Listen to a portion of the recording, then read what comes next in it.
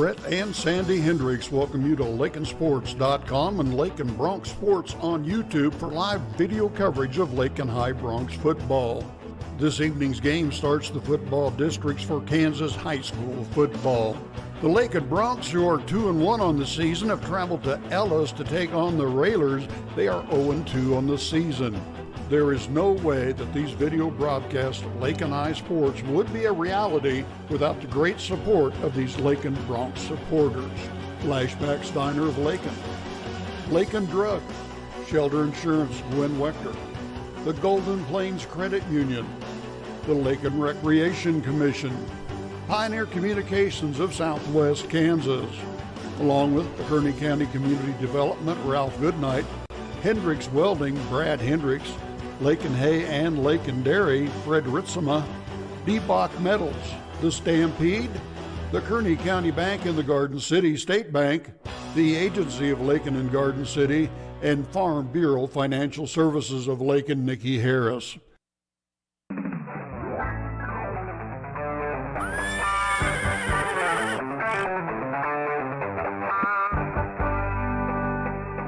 Time now for your pregame, so to the booth we go with the voice of Lakin High Sports, Mr. Brett Hendricks.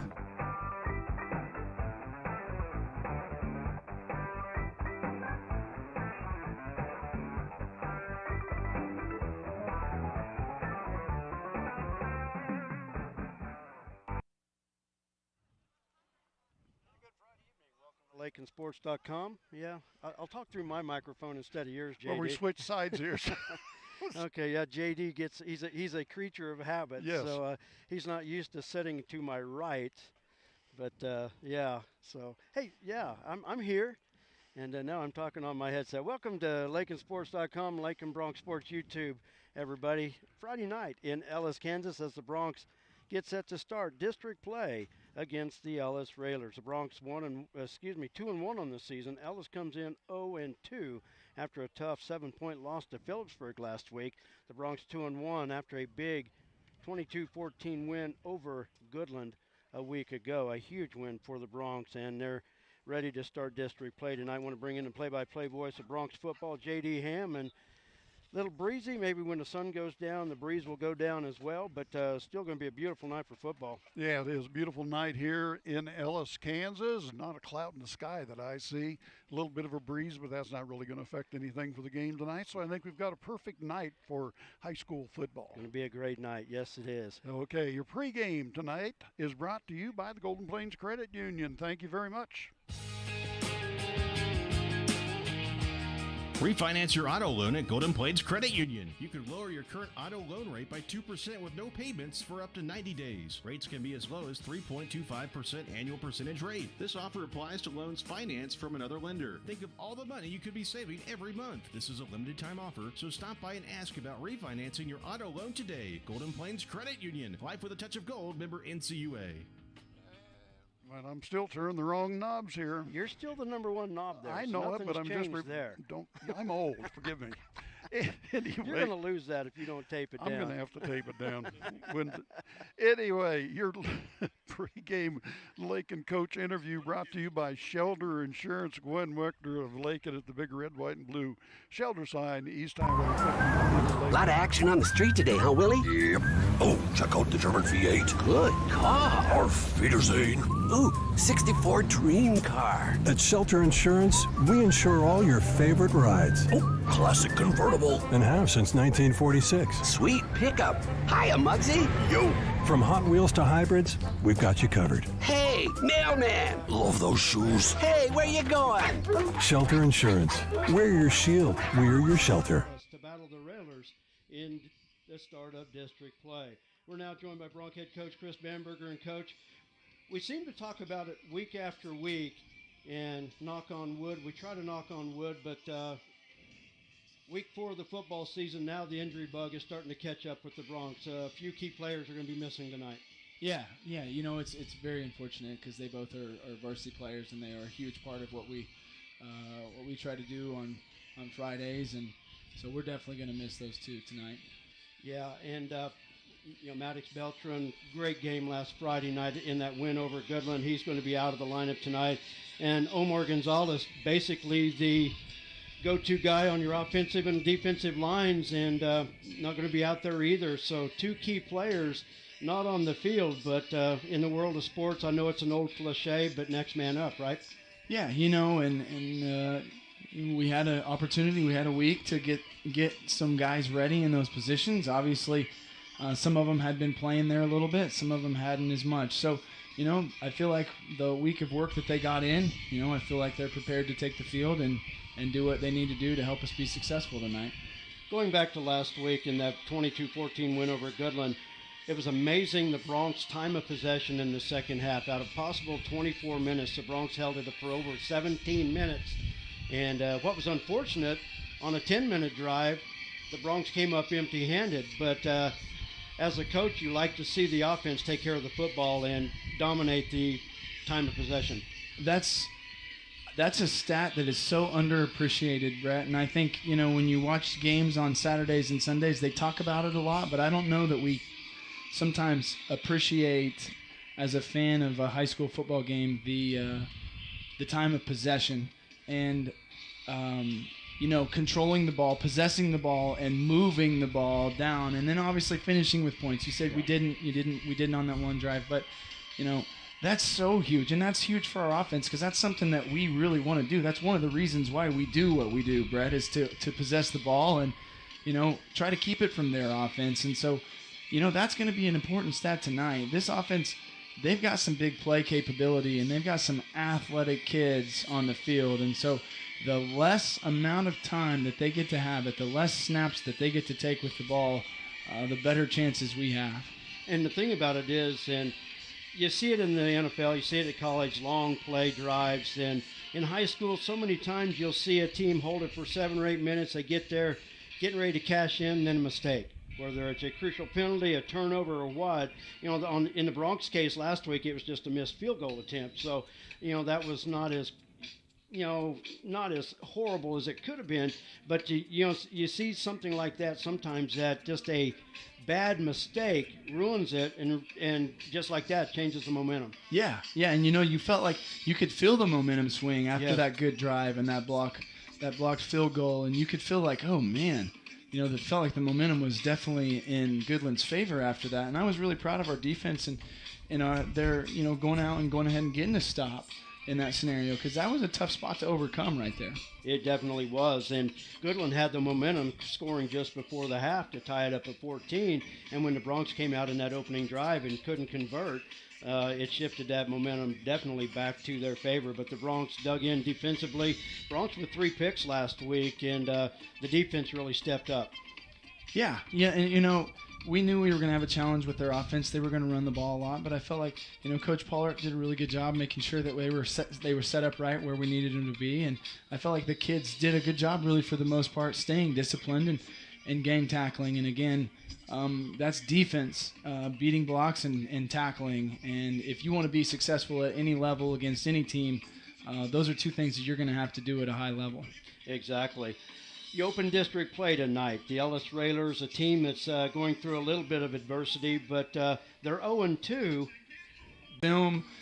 They got big play capability at several different spots. They got some monsters up front. And, they're just waiting for things to click and come together, and they're going to be a dang tough team. And obviously with, you never know how you come out here and how they are going to handle adversity and what they're going to get. And I fully expect to be in a dogfight. I hope that we come ready to go because I intend that this football team in Ellis is going to be ready to go as well. I have that feeling as well, Coach. On offense last week, I had not really been vocal about it, but I've just been in the back of my head waiting for Alan Martinez to have a breakout game, and I think last week was his breakout game. He ran the ball well. He was all over the field on defense, but I thought he really stepped up and actually had his best game to date so far last week. Yeah, you go back and watch the film. He got some tough yardage running the ball, but I think where he really showed up, Brett, was defensively. And I know he felt really good about his play because he had talked to me after the game, and he said, make sure you're watching some of these, and watching the film, he was very sound at linebacker. I was really impressed with his ability to play downhill and play physical. And I feel like he's starting to get a knack for that linebacker position. When he feels like he has an idea where he's supposed to be and what he's supposed to be looking at, it allows him to play faster a little bit. And he really takes pride in that. And so, that's going to be a situation that we're going to need again tonight. From these upperclassmen and these seniors, they're going to have to be consistent performers for us every night. And we're in district play, and so, they have to know that what they're playing for, and that it really counts. And you talk about the seniors on the team, and of course, Servando Gonzalez, the senior leader, but you've got Connor Hudson out there. You've got some senior leadership, Tyler Tarpley, that's going to step into Maddox's spot tonight. So you do have some experience there that can help. Yeah, and you feel good about those kids. Like he took almost every snap last year, and he's taken almost every snap, with the exception of a little bit in the Goodland game. So I'm confident that he knows where he's supposed to be and what he's supposed to do, and I think we have some other guys that are ready to step in also. So hopefully when the lights turn on and the ball's kicked off between the lights, they're big enough for the moment and they step out there and play. When the lights turn on, it just becomes another game, and if you just stay with your game plan and what you learned during the week, don't think, just react, you'll be all right. Right. It's going to be a beautiful night tonight, Coach. A little breezy, but now we're starting to finally get into some fall football weather, so it's going to be a beautiful night. Yes, sir. Well, best of luck tonight. As always, thanks for taking the time to join us. We got set up just a little bit late tonight, and let you go so you can go to work. Coach, best of luck tonight. We look forward to talking to you when we're done. Thank you, guys. Appreciate you guys making the trip out here. Appreciate everything you guys do for us. You bet, Coach. It's our pleasure. Good luck tonight. That's Bronx head coach Chris Bamberger as the Bronx get set to battle the Ellis Railers in the opening round of district play tonight in Ellis. We're going to take a timeout, and when we come back, we'll continue with our pregame right here on LakinSports.com and Lakin Bronx Sports YouTube right after this. A lot of action on the street today, huh, Willie? Yep. Oh, check out the German V8. Good car. Auf Wiedersehen. Ooh, 64 dream car. At Shelter Insurance, we insure all your favorite rides. Oh, classic convertible. And have since 1946. Sweet pickup. Hiya, Muggsy. Yo. From Hot Wheels to hybrids, we've got you covered. Hey, mailman. Love those shoes. Hey, where you going? Shelter Insurance. We're your shield. We're your shelter. And thank you very much, Gwen Wechter. Truly appreciate what you've done for us over the years. Time now for your League Outlook, brought to you by Pioneer Communications of Southwest Kansas.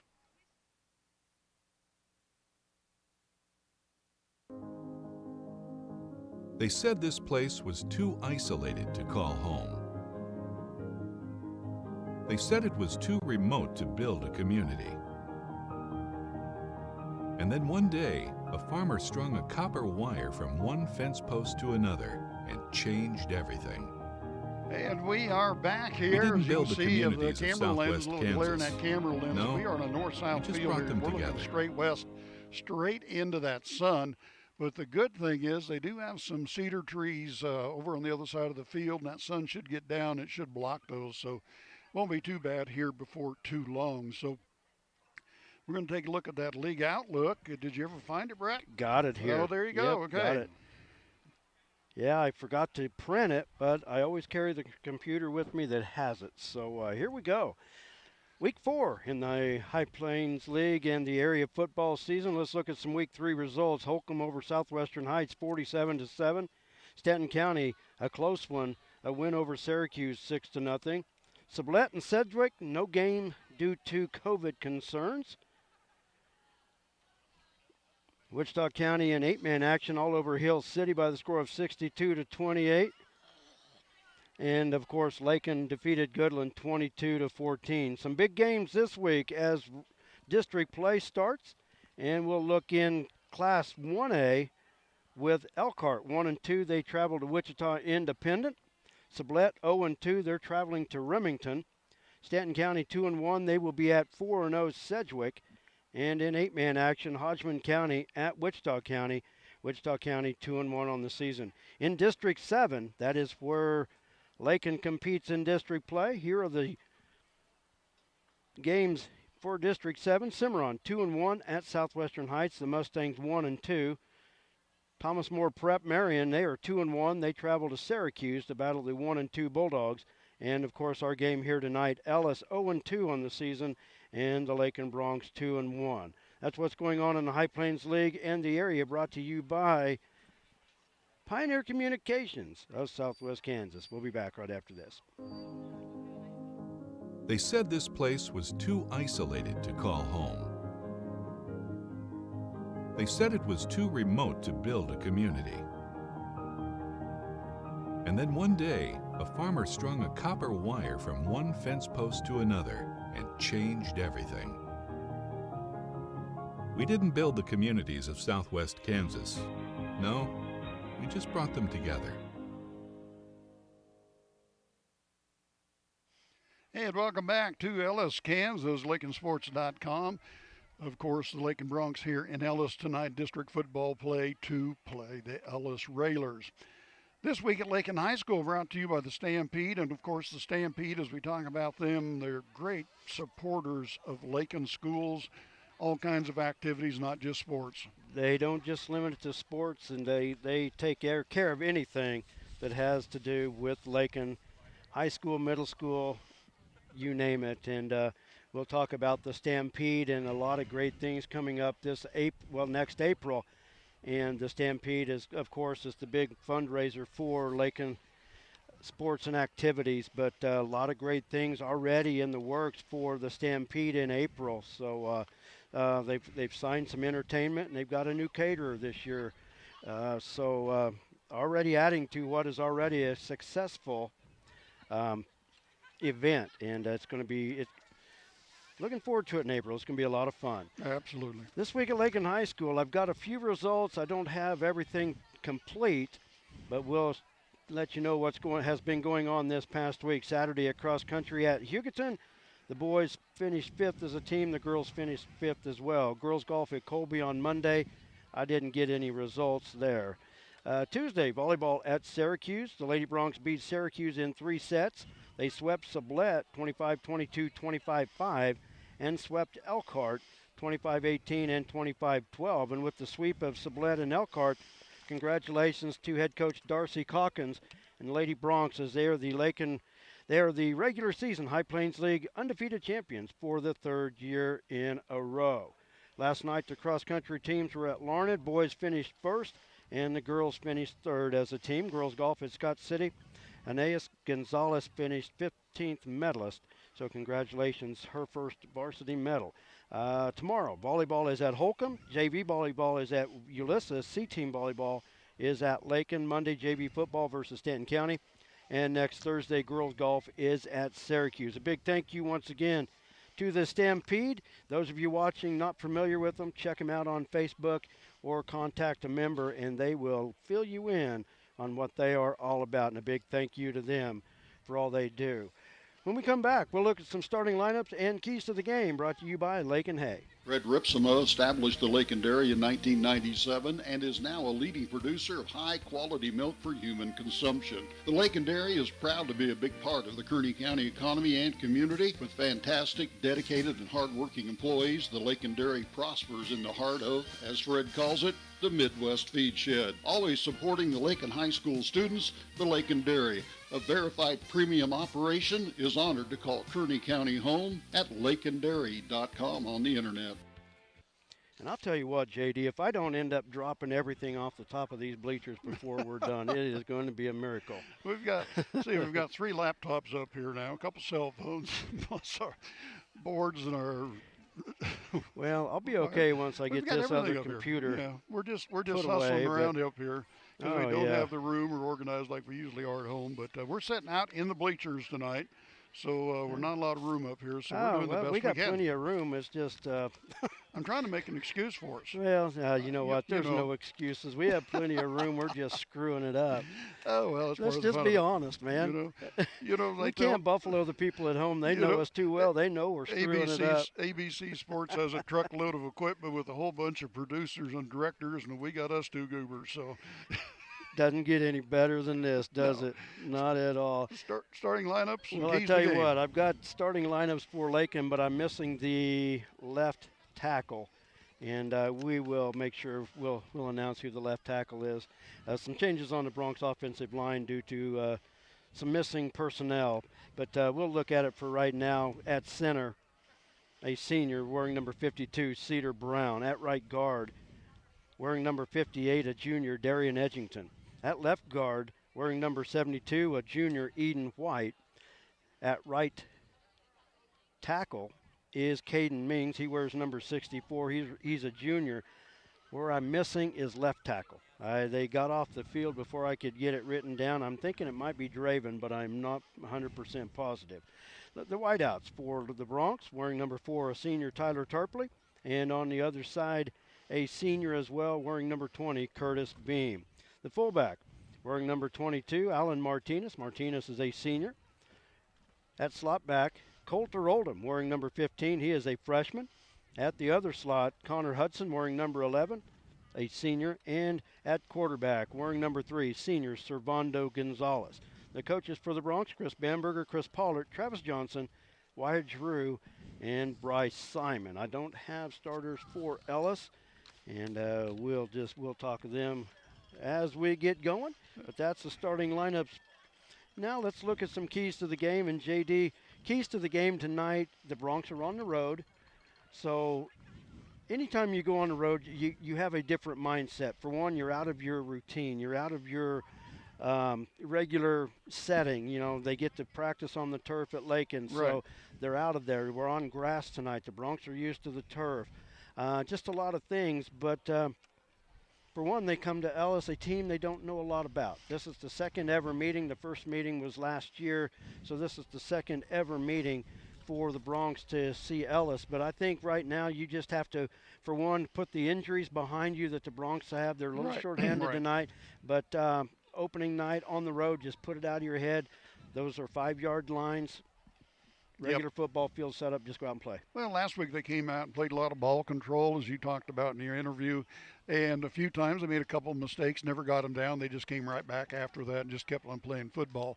Tonight, you heard Coach also say these kids are big for the Raiders, 235, a lineman 250, 270, 230, 240. So they got some meat on the line, so they'll have to see how our smaller guys handle this. But sometimes speed will outdo weight. Sometimes it can, so exactly. You never know what's going to happen there. And I think Lakin just come out and play like they did last week. I think they'll be okay because they really played a good, solid football game last week. They did. It was a solid football game. So that's our keys to the game, brought to you by Lakin Hay. When we come back, it looks like we're going to get set for our national anthem. So we'll be right back right after Fred this. Ripsimo established the Lakin Dairy in 1997 and is now a leading producer of high-quality milk for human consumption. The Lakin Dairy is proud to be a big part of the Kearney County economy and community. With fantastic, dedicated, and hard-working employees, the Lakin Dairy prospers in the heart of, as Fred calls it, the Midwest Feed Shed. Always supporting the Lakin High School students, the Lakin Dairy, a verified premium operation, is honored to call Kearney County home at lakindairy.com on the internet. And thank you very much, Lakin Hay, Lakin Dairy. Your pregame brought to you tonight by the Golden Plains Credit Union. Refinance your auto loan at Golden Plains Credit Union. You can lower your current auto loan rate by 2% with no payments for up to 90 days. Rates can be as low as 3.25% annual percentage rate. This offer applies to loans financed from another lender. Think of all the money you could be saving every month. This is a limited time offer, so stop by and ask about refinancing your auto loan today. Golden Plains Credit Union. Life with a touch of gold. Member NCUA. And welcome back to LakinSports.com. I think we're getting just about ready for the national anthem. Looks like we have a bunch of young ladies down on the field to sing the national anthem. And have her point the camera at them if you can. Oh, okay. Anyway, so we're waiting for the home team to hit the field, and then they'll get it rolling. So they introduced them, and nobody showed up. Okay. Okay.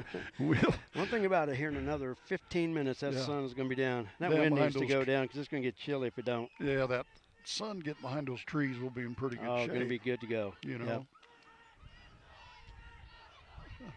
Now I hear them now. They're getting ready to come out. Lakin's across the way. They're waiting.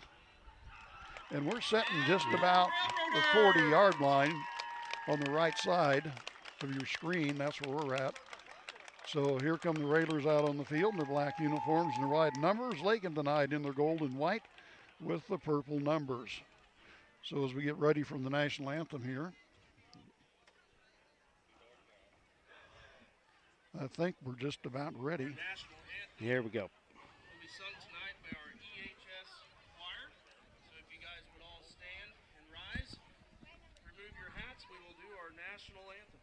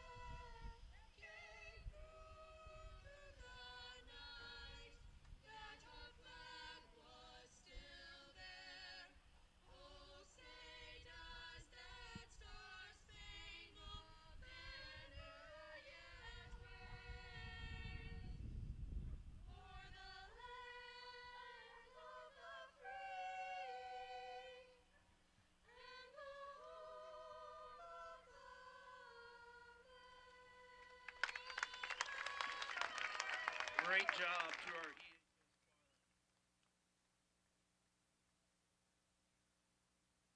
Very nice job, young ladies. Thank you very much for that beautiful national anthem. Your first quarter tonight brought to you by the Kearney County Bank and the Garden City State Bank. Home improvements that have had to wait. The dream vacation your family deserves. Even college tuition. Garden City State Bank can help you make it all happen now, not someday. With a home equity line of credit, you can borrow up to 90% of the value of your home, and the interest may be tax deductible. Plus, there are no closing costs, no application fees, and no annual fees. A fast, easy, convenient home equity line of credit from Garden City State Bank, a branch of the Kearney County Bank. Subject to credit approval, equal housing lender, member FDIC.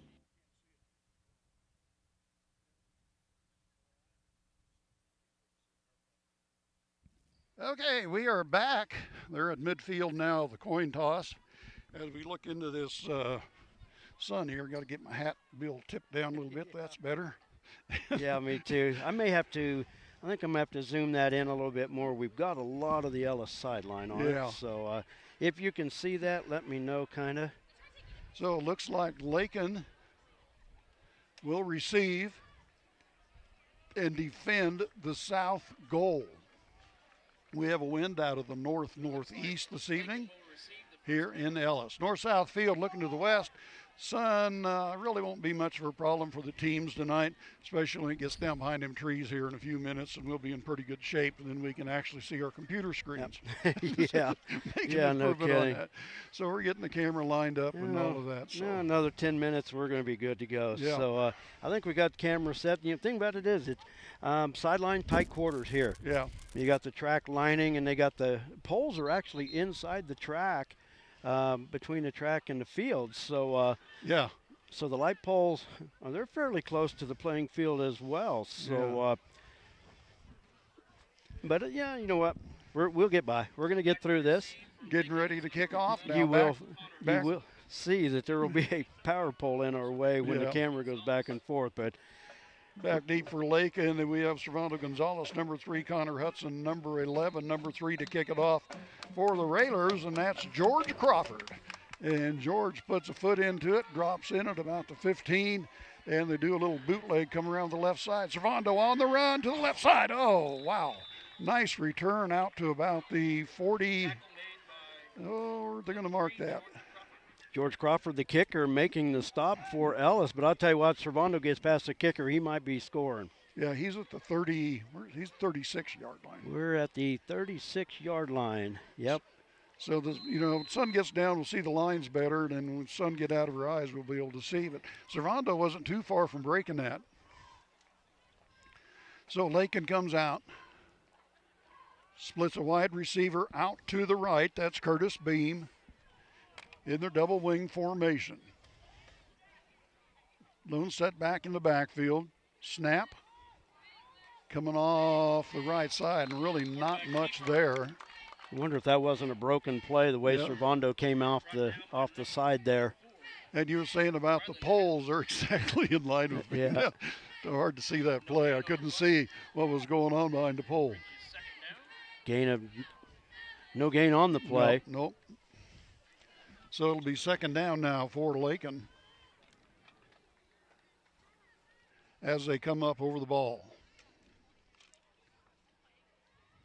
Lakin on the snap on a 2nd and 10, man in motion, fake the belly inside. Nope, he keeps it inside. And that'll be Alan Martinez, the fullback, straight ahead on that play. Shoves the pile as he normally does, but he's not going to get a great spot out of that. They're going to put that ball at about the 42-yard line, between the 41 and 42, where it will be 3rd down and 5.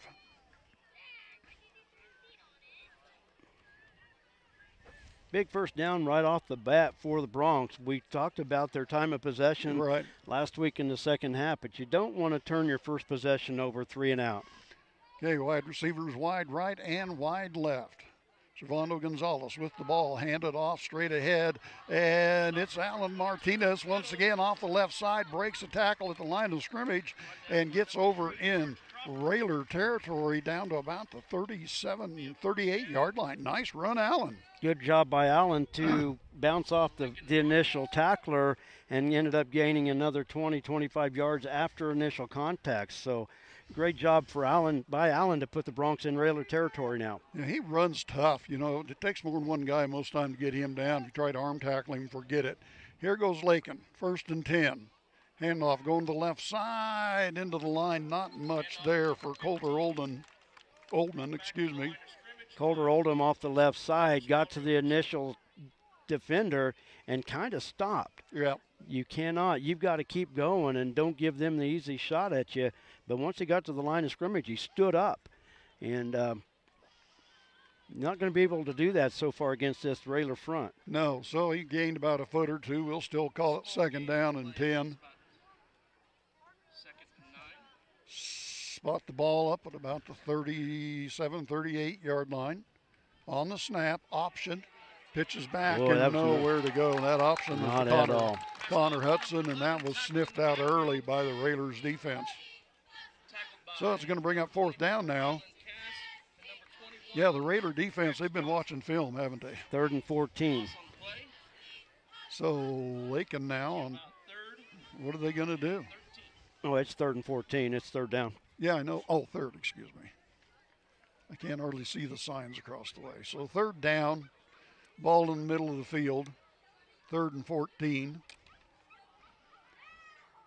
Servando, turn around, drops back, looks across the middle, has somebody wide open downfield, and he couldn't have been any more wide open. Colter Oldham straight up the middle. He dropped the ball. He hustles and gets it back at the 5, though. Wow. He fumbled the ball and had enough awareness to recover that at the 5, but they're going to put it at the 10. They're going to say he was down anyway. Yeah. You know what? That's the hardest pass in the world to catch. You're wide open like that, nobody around, and you have a lot of time to think about the ball getting there. So good catch. Big play there, and I'll tell you what, the middle of the Railer defense did not see Colter Oldham at all. And I'll tell you what, if Colter wouldn't have had to slow down to come back to that football, he could have easily scored on that. That's right. He's just a freshman, folks. Slot back. Here we go. Handoff right side into the pile once again, and that is Alan Martinez, the big fullback. He's had an exceptional year. Last week he played a great football game as our player of the game on both sides of the ball. He was just outstanding. Alan, a good job last week in that win, but another tough run. He only got 3 out of it, but keep getting 3 yards in a cloud of dust, the Bronx will be in good shape. Yep, 2nd down and goal from the 7. First possession for Lakin tonight. Quarterback keeper right side, just nothing there. Got met as he tried to turn back in on a good stop. Good tackle by the Railers. And as he turns sideways, let me get a number on him. George Crawford. Yep, that was George Crawford. George Crawford is very similar to the Gonzalez kid for Goodland last week. So far, he's been on about every tackle so far on this drive. So Servando gains about 2 yards on the play. So 3rd and goal from the 5 for Lakin. Split him out wide to the right. Still in that double wing formation. Tight end to the right. Man in motion coming across. Handoff, going to look for the corner, and there just was nothing there on the corner that time for Alan Martinez. Another good stop by the Railers. In on that stop, number 75, that was Maverick Nad. That kid's 6'2", weighs 230. So a good-sized young man. So 4th and goal for the Bronx. 4th and goal. They do have a kicker, but they bring him back off. Nope, he's on. Nope, he's on? Okay. I thought I looked over. So Aitor Curto, if he makes this, I believe it'll be the first field goal of the year for him. Yep. Yeah, he had that one blocked last week against Goodland. Snap, low snap. Kick is up, though, but it looks good from here. Did he get it? Got it. Got it. So with 6:29 left on the clock, it is now Lakin 3 and the Railers of Ellis 0. Nice drive, nice play. Your first quarter brought to you by the Garden City State Bank and the Kearney County Bank. When you choose a bank, you're investing your trust in a group of people who will be handling your hard-earned money. You look to them for expertise in financing your dream home and your teenager's first car, purchasing farm equipment, or expanding your business. At Kearney County Bank, we're invested in a community we believe in. Let us be your choice in community banking. Visit KearneyCountyBank.com or come by 221 North Main Street in Lakin or Garden City State Bank, a branch of the Kearney County Bank, 1910 East Marion, Garden City, and see what our staff can do for you. The Kearney County Bank, Equal Housing Lender, member FDIC. And a nice drive put together there. They didn't get to 7, but they came out with 3. So that's better than nothing. 64-yard drive to open the ball game. Yeah, 64 yards. So nice way to start. You only got 3. You'd rather have 7, but you did get points out of it. Aitor Curto Yep. will be kicking off, and you have 2 men back deep for Ellis. They're standing just about the 5-yard line. If it goes true to form here, if he really puts his foot into it, he'll knock it out of the end zone or into the end zone. The kick is up and drives this one. Goodbye. We're out of here. It's in the end zone. So that'll be a touchback. I still think that's a great weapon for the Bronx. Starting possession for your opponents at their own 20-yard line, which, it's not horrible field position, but you'd rather have them start at the 20 than at their own 40 or something like that. Well, so if you have that's a good weapon. If you have a kicker can only kick it to the 10. They grab it and run it up the field 15, 20 yards every time. So, yeah, we'll take that out of the end zone anytime. So the sun's starting to get behind those trees, getting a little easier to see. Another 5 minutes or so, we're going to be golden. So let's see what they've got for an offense here. Ellis comes out in an I formation. Yes. Power football. On the snap, pitch to the end around, coming around, gets cornered there by Martinez, and nowhere to go. And carrying the ball there was Tyson Jimenez. Jimenez had nowhere to go. Alan Martinez read that play perfectly, shot from his linebacker position, and right there as soon as Jimenez got the pitch. But loss of 6 on that play. Actually, loss of about 7. Yep.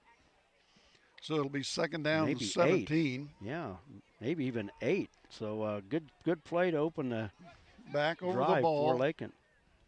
They've got I formation. Handoff goes to the right side this time, and fighting his way forward, that was Cale Younger. Mason Gottschalk on the carry. Was that who it was? Yep. Okay. What was his number? Number 30. Okay. Draven Shavira on the stop for the Bronx. So a big third down play for the Bronx defense, 3rd down and 11 for the Railers. Now if they could shut them down here and get the ball back, they'd have good field position. So the Raiders come out. They got a split backfield now. Wingman to the right, 2 tight ends on the snap, turn around, fake, come to the left side. He has some room, but spun not out. much. He spun out of it, and finally coming up to save the day for Lakin. Curtis Beam. Nice job. Curtis came up and just got him right around the ankles and brought him down. So he was getting close to breaking free there. Curtis could have saved the day there. Well, when you get him in a group like that, you've got to wrap him up, and Right. a nice job for him to just spin out of the pack. But he got 6 on the play, so 4th and 5, the Railers will punt. Ball is down, punt is up. It's going to come down short, saying get away from it, and it's going to roll down to about the 41-yard line of Lakin, where it'll be 1st and 10. Servando Gonzalez back there. It just waved everybody away from it. Good heads-up play. 1st and 10 for the Bronx. Good field position at their own 41-yard line.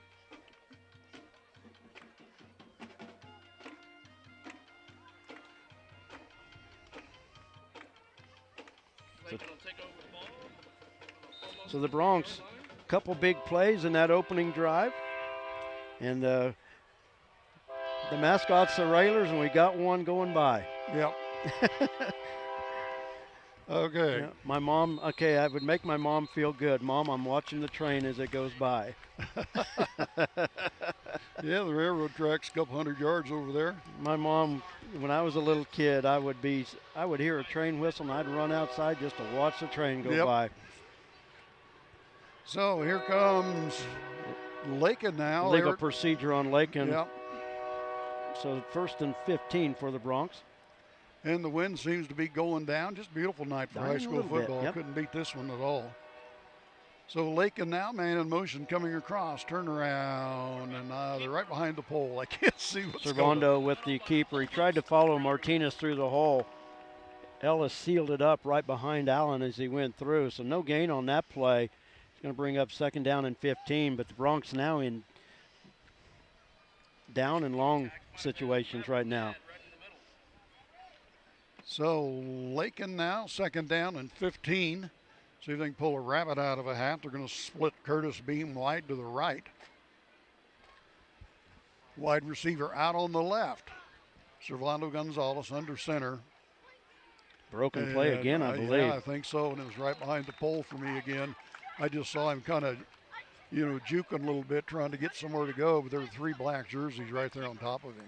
I don't know if he was going to try to give that to Allen or what, but I really wasn't sure, but there was nothing doing on that play whatsoever. So 3rd and 15. Well, let's see if they're going to throw it. That's worked for him once tonight, threw it deep, worked very well. Looking at Ellis's defensive backs, though, they're playing a little bit deeper than what they were on the first possession. They were stacking 11 in the box that first possession for Lakin. Well, they got them stacked in pretty close again. They got the corner out here on beam, then their safeties 10 yards back. On the snap, fake the handoff, roll out, pass off to the right side, just out of the reach of Alan Martinez. And I think he had a little running room there if that would have got to him. But he had some running room. Just out of his reach, so it's going to bring up 4th down and definitely punt that away now. Might not have gotten the 1st down, but would have gotten a lot more yardage for the Bronx to punt it here. Oh, yeah. But Servando just floating it just out of his reach. So Servando doing the punting duties with Omar Gonzalez out of the lineup tonight. Yeah, getting ready to punt it away. Snap. Servando punts it up, an end-over-end floater, and, of course, the regular punter's not there. Nice bounce for Lakin, picked up on the run by the 2 of the Railers. And a smart play there by Tyson Jimenez. Lakin thought they were going to let it go, and Jimenez was very, very alert there to pick that up and got 20 yards up the field. It's a great starting position for Ellis in Lakin territory. Jimenez, he's a senior 5'7", 150-pound speedster. That was just a good heads-up play by him, by Jimenez. Okay, it's going to be 1st and 10. The ball is sitting at the 44-yard line of Lakin. Snap, roll to the right side. Quarterback keeper cuts it upfield and gets gang tackled. And he's going to pick up, somebody got the flagman too, or state guy. Well, we had some extra stuff going on out of bounds. Servando was tied up with Mason Gottschalk clear out of bounds away from the play. Official had a couple words for the 2 young men right there, so I'm going to say they'll be watching them. Good time to just stop it before it gets any further. Say that's enough, boys. I ain't going to put up with that. So 2nd down and 5 yards to go now.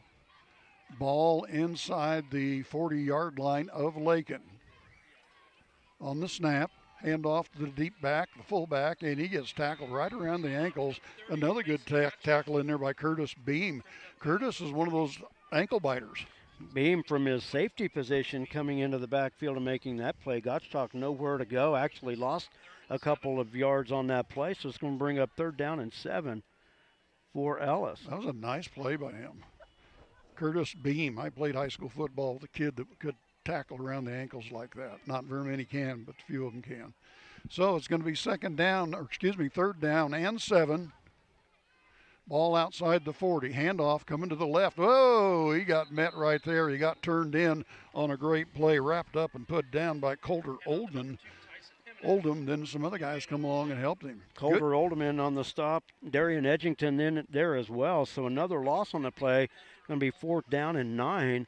And right now it looks like Ellis might try to go for it here. Yeah, and I don't know who the defender was that turned the running back in, but that was just perfect how you do that. And Don't Coulter, give him that corner, turn him in. Exactly, and Coulter right there to face up on him and make the stop. So a big 4th down play for Ellis here on their 2nd possession of the game. Going to roll the dice. Here we go. They're in the shotgun now. Snap, looks to the left, has a receiver open, but boy, that's just not enough yards. Need to get down to the stake and, button hook or something. There just was nothing there. Lost another yard on that. Well, maybe gained a yard on that play, but Oldham and Beam out there to make the play. And 2 plays in a row, Coulter Oldham making a stop, and great coverage that time for the Broncs. Oh, absolutely, and I don't quite understand that pass play. Usually on those kind of situations, you want your receivers to get down past the stake. But it is what it is. Here comes Lakin back over the ball, the 3-point lead, 48 seconds left in the quarter. Man, this quarter went by fast. Really quick. Snap, handoff left side, Martinez, and he gets out across the 45, maybe to the 46. And he'll pick up a 5. It'll be 2nd down and 5. It'll take 5 yards on 1st down any day. Oh, yeah, no doubt. So 2nd down and 5. So far, this is a type of game. All you needed now is to be raining and muddy, because this is going to be one inside. This game is going to be one of those inside the hash marks tonight. It appears so. Yeah. So Lakin now up over the ball, 18-17. I don't see a time clock here or a play clock. Nope. So waiting on the snap, and went to handoff. That looked like another busted play. Something didn't go right with that one either. That might have been a misdirection play that time, but still nothing doing there. And a quick first quarter. We are 12 minutes in, and the Broncs with the 3-0 lead. Man, that was a quick quarter. Quarter brought to you by the Garden City State Bank and the Kearney County Bank. When you choose a bank, you're investing your trust in a group of people who will be handling your hard-earned money. You look to them for expertise in financing your dream home and your teenager's first car, purchasing farm equipment, or expanding your business. At Kearney County Bank, we're invested in a community we believe in. Let us be your choice in community banking. Visit KearneyCountyBank.com or come by 221 North Main Street in Lakin, or Garden City State Bank, a branch of the Kearney County Bank, 1910 East Marion, Garden City, and see what our staff can do for you. The Kearney County Bank, equal housing lender, member FDIC. And great people, the Kearney County Bank for sure. Your second quarter brought to you by Farm Bureau Financial Services. Make it easy to protect the important things, like your home, family, and future. I'm Farm Bureau Agent Nikki Harris in Lakin, and I make insurance simple. One policy lets you combine and save when you protect your home, cars, motorcycle, all your toys. And one deductible can cover everything if you have a loss. I can show you how simple insurance can be. Contact me, Nikki Harris, your local Farm Bureau agent today. Farm Bureau makes insurance simple. And thank you very much, Nikki Harris. Thanks to everyone that supports Lakin High School activities here on LakinSports.com. So it's 3rd down now and 5 yards to go for Lakin. They're going to be heading northbound now. Ball across southbound, their backs are to the north. As soon as I said that, I knew it was wrong. And southbound, and defending the north goal is what I was trying to say, but you know what? Number 75, there may be some equipment issues. They're going to make him come out. So. Yeah. And he's one of the big kids out there. Bandana. You can't have it sticking out the back of the helmet. Really? You cannot have anything coming out of the back of the helmet. I did not know that. He's 6'2", 230. A junior, big kid. So no do-rags hanging out the back of the helmet. And it took them 12 minutes to find it because they've had the possession. A couple possessions, they just now seen it. 3rd down and 5. Split out wide to the right and wide to the left. Snap, handoff straight ahead, Alan Martinez, and he gets down to about the 48, maybe 49-yard line. It's going to bring up 4th down. Let's see where they're going to put the stake. 4th and 1. Do you think the Broncs would have guts to go for it here at midfield early in the game? 4th and about 2, actually. Long one. There, let's call it a long one. 2. Anyway, let's see what I think they're going to go for it.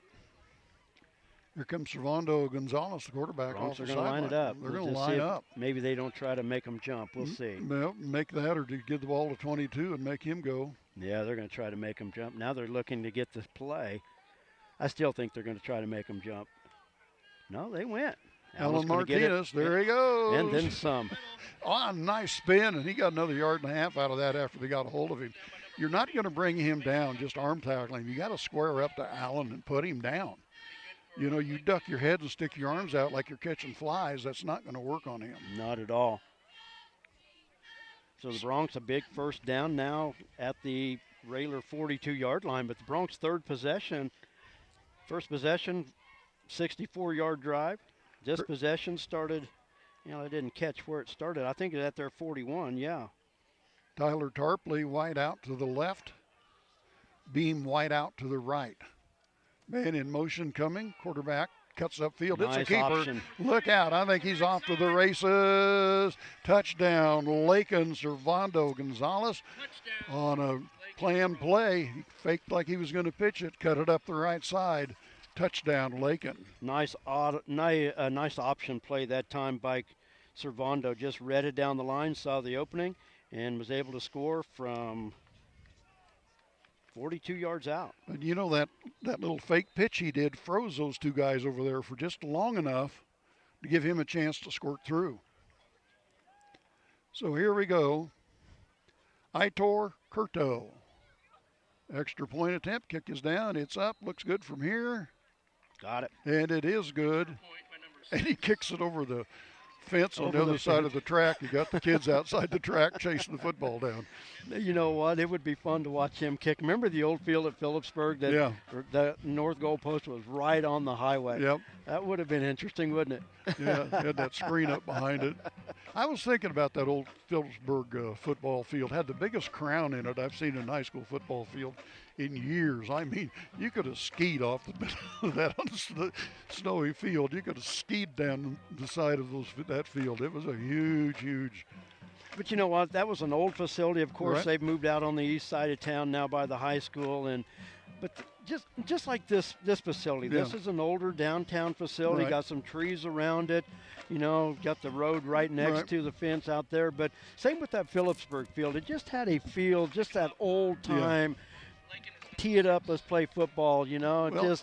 And that just stadium loved was that. built out of those rocks and WPA Limestone. days. Yeah, limestone rock out of the WPA days. And it just felt old and classic, and it was kind of cool, actually. Cramped. It was just, the bleachers were up on the sidelines almost. Yes, yeah, there was no track around that field at that time. But, I kind of like the older facilities. It was interesting Yeah. for sure. Here we go. We're going to kick it off. Nice kick. Up, and it's fielded, and he's going to bring it out. He's out to the 20, still on his feet, 25, and a scrum going on there, and finally get him down. That was a nice little return. He picked that up just about the goal line. He had to have been at the 1 yard line or so. I couldn't really see, but Me a neither. nice high kick by Curto and Jeremy Orpeza on special teams making the stop there for Lakin. Also in there, Armando Salcido, a freshman. Right. And this field's in pretty good shape. It's actually Bermuda grass. It's in good shape, still green. Isn't tromped out through the middle. It's just really nice field here. They've done a good job of maintaining this. Ellis with their third possession of the contest. The Broncs have forced a punt and forced a turnover on downs. Okay, the ball's spotted. Where's it at? At the 26. Snap, handoff left side, and he's trying to get the corner, and he scored it out. He's got some room. And got still on his feet. Tell you what, he bounced off 2 or 3 guys, and Gottschalk still churning out there. And we've got a timeout on the field, a injured player. And I think that's at 75, isn't it? So let's see what happens. He cramping? I hope that's all it is. 10:21. It's going to be second down and 7. about 7. I think we always hate see kids down on the field, and he's up. Maybe it looks like maybe he just cramped up. Maybe just aired him a little bit, lost his cramped. They were messing with his right calf. Yeah. So that was Maverick Nad.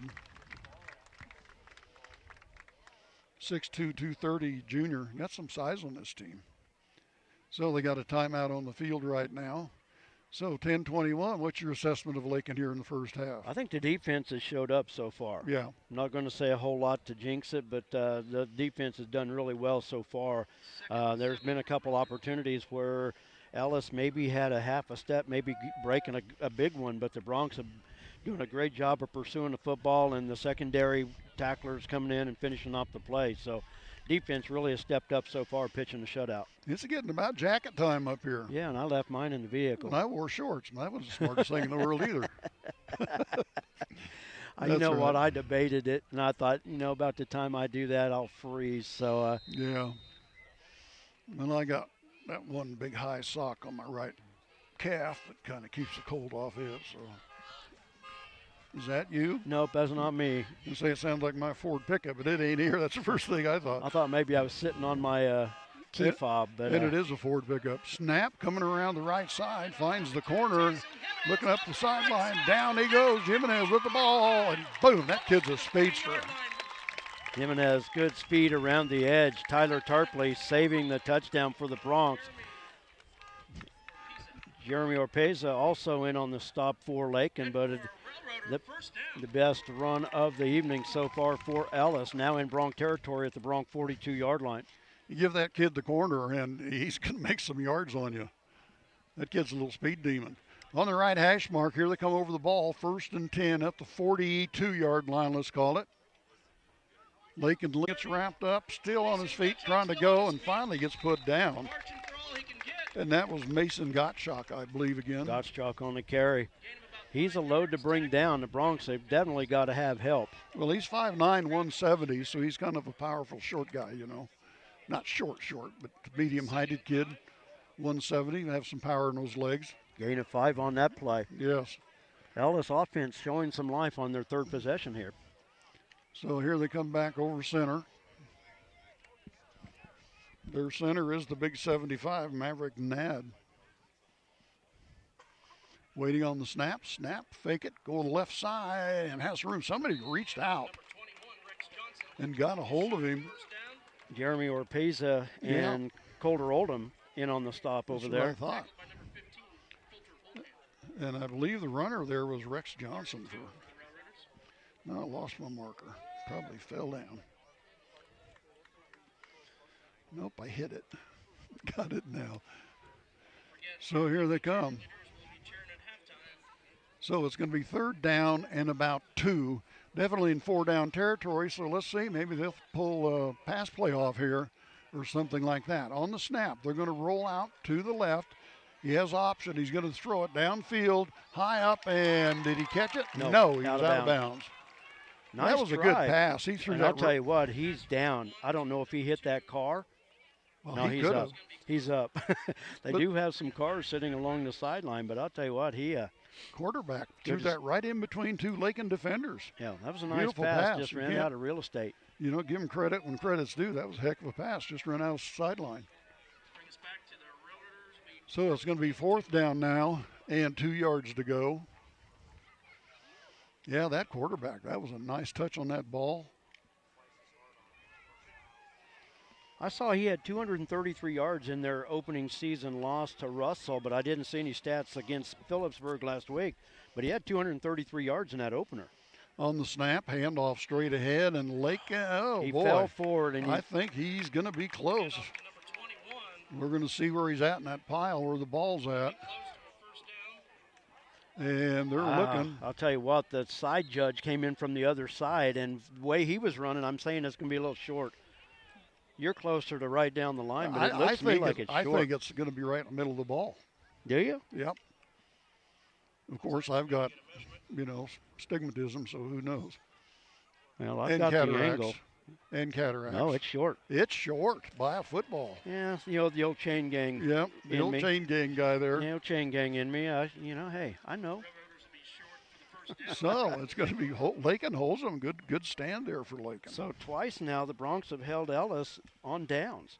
Clock running at 8:23, 10-0 is the score in favor of Lakin. The sun is down now behind the trees. That's nice. I can kind of get my hat pulled up here a little bit now. There we go. Snap for Lakin. Handoff right side into the pile and picks up a yard or two. That's about going to be it. Alan Martinez up the gut for 2. And I got a big old spot of something right in the middle of my lens. There we go. Now maybe I can see. Big possession for Lakin here. If they could work some clock and get a score before halftime, because Ellis will get the opening kickoff second half. But it'd be nice for the Broncs to get some points here. Salcedo split out to the left. Man in motion starts to go. A little misdirection coming our way and maybe a yard. Oldham may have fallen forward for a yard. In on the stop for Ellis was Cale Younger. So a long third down play for the Broncs once again. Broncs have had some long third down plays tonight. Yes. But we know Servando can throw. And we know he can run too. Yeah, we know Martinez can throw and run too. Yes, yeah, we do, yes. Martinez, that pass he threw last week was just as good as it gets. So Lakin up on the line. They got 2 receivers out to the left. Lakin's going to call timeout. Yeah. They saw something there they didn't like. Smart timeout. In this position. I think so too. This position, you got to make sure you've got the right play called. You want to keep this possession going. Yes, absolutely. Everybody up on your feet. Help out the railroaders. And I'm putting my jacket on. Put my purple over here. We're on the Raider side of the field, so we don't need a little purple here and all this orange and black. Yeah.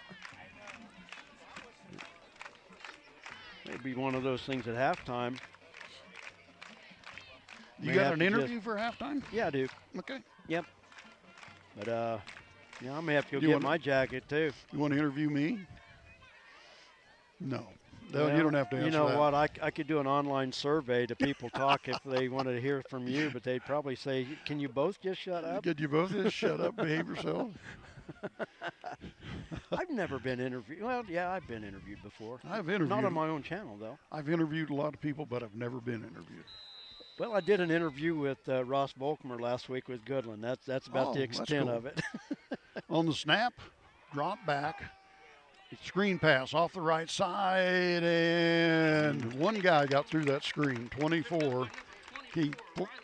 That was Rylan Cass. He came through and broke that up. So. I'll tell you what, no gain on that play, but okay,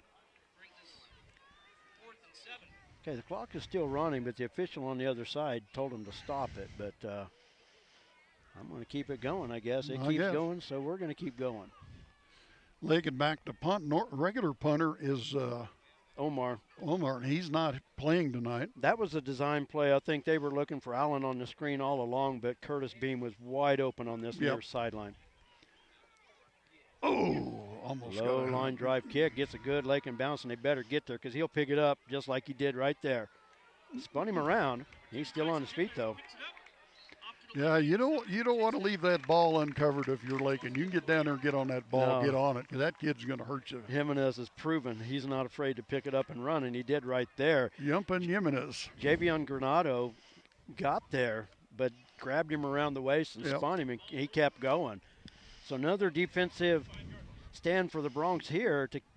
They've done great the last 2 times, forced turnovers on downs.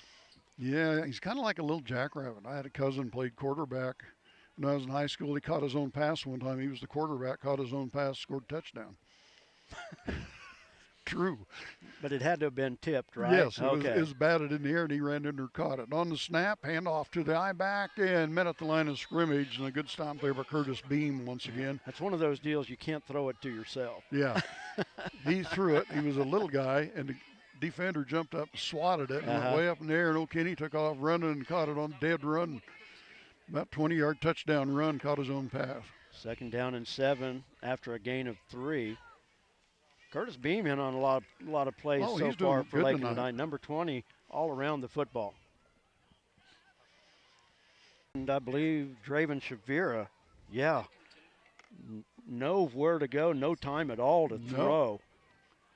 No, good defense by Lakin. They were playing a man defense, it looked like, and they had the guys covered up pretty well. So now a 3rd and about 17. But they've got some speed.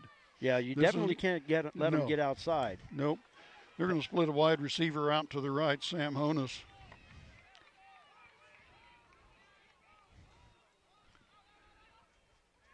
Quarterback rolls left side, throws it downfield, and it's incomplete.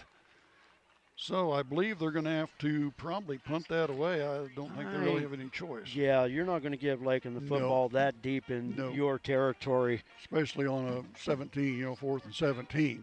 So clock going, 4:34. Man, this ball game is really rolling along here. It is going quick. Nothing wrong with that. That'll put us home earlier, too. Yeah.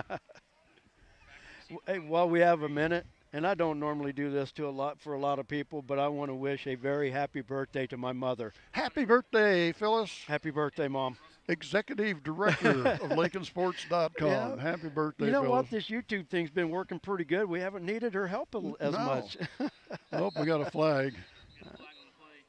Got rid of that other streamer, and this one works pretty good. Legal procedure, I believe, on Ellis. Yeah. So back Yep. them up another 5. You really don't want to do that down in there, but you know. Not usually. But back deep, Servando Gonzalez. And happy birthday, Phyllis. You are such a joy to be around, so much fun to be around. We really enjoy it. I enjoy it. So now very 4th and about 22 now. She's a very witty lady. She outdoes me. Ball snapped, kick is up, kind of a Stay away pooch from that kick, one. kind of a, what do you want to call that? Just a knuckleball. Yeah. The wind caught it just enough. And he just kind of knuckleballed out there and really didn't get much on that. And so Lakin's going to pick up the ball inside the 50 at about the 40, between 47. So 4:24 left. If Lakin could drive this down, eat that clock up, would go in 13 or 17 points ahead. That'd be huge. Yeah, my niece wants me to sing to my mother. My mom sings to me every year. Does she? Does it every year. But Mom, I want people to stay watching us, so I'm not going to try to sing here. But Servando off the right side picks up probably 5 yards, maybe 6. I think you should sing to her. How about just happy birthday to you? There you go. I would hum along with you. Oh, you know what? Yeah. You shouldn't have said that. I'm going to ride you all night till you do it. No, you can ride me all you want to, and that doesn't mean I'm going to have to do it. As much as I double your pay every year, I can take it away too. This year I'm up to 3 Mountain Dews a night. Oh shoot! 3 Mountain Dews a night. Lakin over the ball on the 2nd down and 5. Snap left side. Not much there for Martinez. There has not been anything on a pitch tonight in this first half for Lakin's offense. There has been nothing there. He barely got back to the line of scrimmage, and now it's going to be 3rd down and 5. But Lakin would like to keep this ball moving a little closer, even if you have to get a field goal before the half. But you really don't want to waste this great starting field position. And they're at the 41-yard line now. 3rd down and 5, 3:05. The clock's churning. Lakin up over the ball. Pretty good crowd from Lakin followed them up here tonight. You can park your car around the football field. I'm sure there's some sitting in there watching too. And timeout, Ellis on that. Interesting. On that timeout, so saves the Bronx a timeout. And you know what I finally found? I finally found where I can put timeouts here. I finally found them. They're always there somewhere. So Ellis is minus a timeout there. I think Lakin is -1. There, I can keep it now. Hey, what do you know? Some of these programs like that one have so many buttons on it that you get used to looking at certain buttons and you don't even see the other ones. Yeah, I know. Well, I kept looking at it, and I had timeouts there, and I thought, where do you take them off at? But I see it now. So, yeah, one more thing I have to worry about. Yep.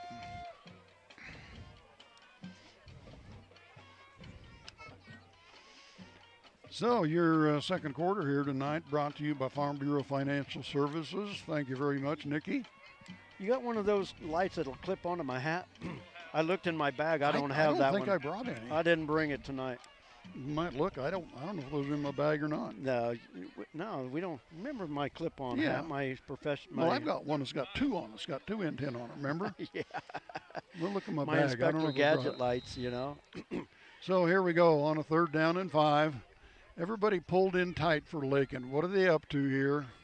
Lone running back in the backfield, handoff to Martinez, and he goes straight ahead. And just bulldozes across, and he's still up. I mean, he looked like a V plow in a snowstorm right there. He just separated them. Nice play up the gut. Bronx just lined it up tight and just nothing fancy. Here we come. Just hand it to Martinez and start blocking. So this Lakin offensive line doesn't have the size of that defensive Ellis, but they are, moving some people around. Bronx at the Ellis 31-yard line. Need to get a little bit closer for a field goal attempt if that's what they have to settle for, but still a lot of time. Yep, 2:31 left, 1st and 10. Snap.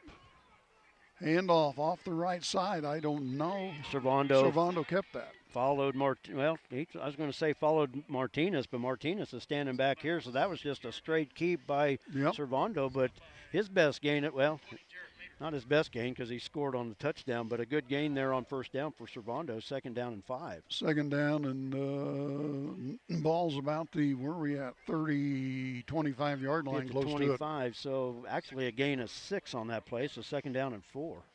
Split a wide receiver out to the right, that's Curtis Beam. Wide receiver to the left, Tyler Tarpley. Man in motion coming by, roll out to the right, jump pass across, and completed. He caught that. Wow, what a pass, what a catch. That's hard to complete, a jump pass, but that was a nice pass. Wow. Jump pass with 2 guys in your face and just got it to Allen. Wow. They list him at 6'2", and I think he used all of that 6'2" frame there. Wow, that was quite a play. Servando just does that on occasion. He just pulls a play that you go, wow, that's amazing. So it's going to be 1st and 10 from about the 13-yard line. It looks like the 16-yard, 14-yard line where the near officials at. Hard to see. The not greatest lighting here, but snap, roll back, looking to pass it. Servando on the run, just throws it. Intercepted. Was he trying to throw that out of bounds and didn't get it there? He tried to fit that in where it was not going to go. Yeah. Situation like that, you just throw it out. Well, that's when I saw him go to throw it, I thought, well, he's just going to throw that out of bounds. The defender was right there, and he just threw it right in his breadbasket. So the Bronx with a big mistake there here at the end of the half. So Ellis, with a couple timeouts left, now starting at their 17-yard line, 18-yard line. So see, they got 1:09. They got time to get down the field.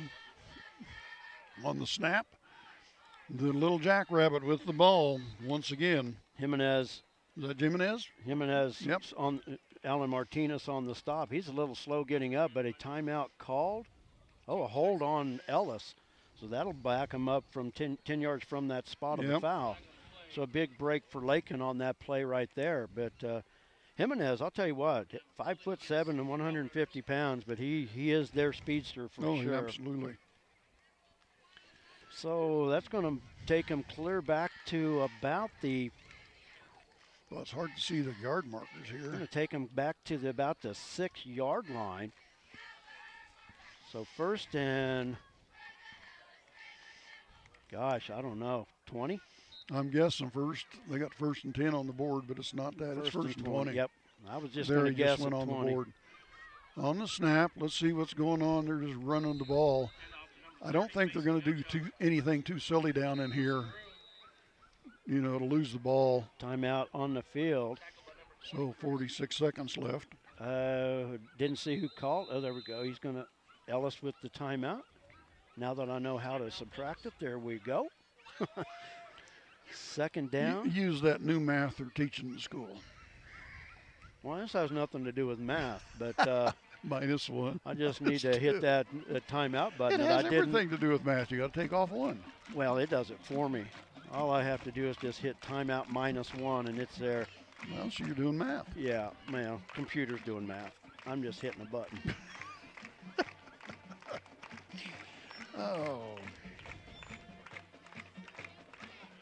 Really a nice evening, boy. Just couldn't be better for football at all. You know, the thing about it is, we was talking about bringing a jacket. I brought one, but I guarantee it's probably not heavy enough.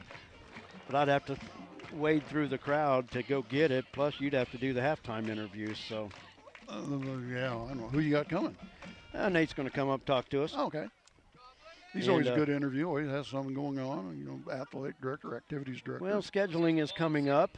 They've had their High Plains League scheduling meeting last week, and then state scheduling meeting is going to happen here in another week or so. But the state classifications came out for classes 1 through 6 and 8-man and all that good stuff. So we'll talk classifications as well. 50 seconds left. Handoff going to the left side, and once again, I believe that was Jimenez, wasn't it? Mason Gottschalk. Oh, that was Gottschalk. Oh, nope. They did say it was Jimenez. I thought it was Gottschalk, but he was leading the play. So 32 seconds. Saw the official say timeout. The clock kept running, so we're going to call it 32 seconds and 3rd down and 12. Lakin calling that timeout, so they're hoping to maybe get a stop here, maybe have a few seconds left. You never know. You could force them to punt, shank the punt, block the punt. Looks like they're having a little kids cheer night here like Lakin did last week. Yep. That's always fun. 41 seconds. That's good to get those little kids involved. So Lakin now over there trying to, okay, what are we going to do here, guys? 3rd down and 12. And I'm going to say... Do they have a timeout left, Lakin? I think they have one left, but maybe the 16-yard line? Yeah, pretty close. It's really hard. The lines are really hard to see. Lakin looking across the way, 10, 15, 16. Yeah. No, maybe 14. Somewhere in there. Oh, and they're going to... Now they reset the clock to 41 seconds, so okay. I'll do the same. So here they come out over the ball. 3rd down for the Bronx defense. Let's see if they're going to put it up, try to get it to their little speedster, Jimenez. Quick. Little swing pass to the right, flag in the air, and Lakin trying to catch him, and down he goes. That time they caught him. Lakin has done a great job on the short passing game tonight. Curtis Beam in there to finish him off, but Colter Oldham out there on defense making the initial contact, but a flag came out way early in that play. See what they say. Nope. Now they're going to waive it, so that'll be 4th down. They'll have to punt it with 34 seconds left. So let's see, do they run the clock after this penalty? If they run it, Lakin will have to call timeout, but I am thinking the clock, that did Lakin a favor, and that'll stop the clock. Nope. Lakin will call their last timeout. So the clock was going to roll. Okay, so they call timeout. And that'll bring up 4th down, and they lost, about 4 yards on that play. It's going to be 4th and about 16. Could give them time for a punt return in one play. Yeah. Or they could, get a couple sideline plays, step out of bounds, work themselves. But the last time Ellis punted from that direction, they maybe got 30 yards on it. So Bronx can be in some very good field position here. Would like to take a minute to thank our chain gang across the way. They're here every home game. Thank you, guys. Appreciate your help.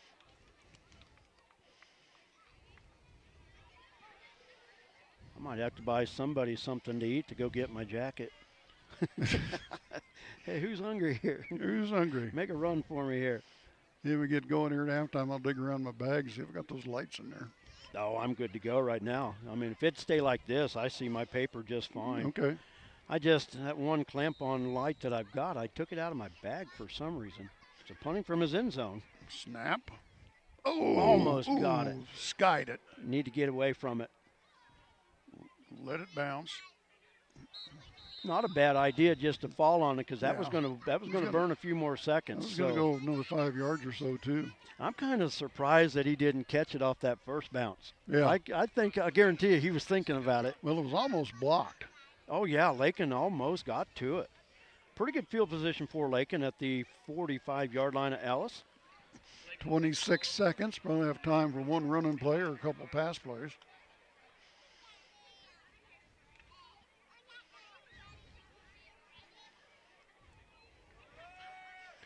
So Lakin split wins out to the right side. Lone receiver to the left in the gun. Rolling to the right side. Servando Gonzalez shoots one downfield. Oh, just overthrew him just a hair. The receiver that time broke and slowed down. Yep. Never slow down on your route. And that's a natural thing to do. It's something you just got to unlearn. Yep. Yeah. Had a step on the defender. Servando threw it right where he needed to be, but it's like I was watching him, and as he made that break, he slowed down to see where the ball is. You run that break, the quarterback knows where he's going to put that ball. And if anything, speed up. So here we go, 20 seconds left. On the snap, Servando rolls to the right side, looks downfield.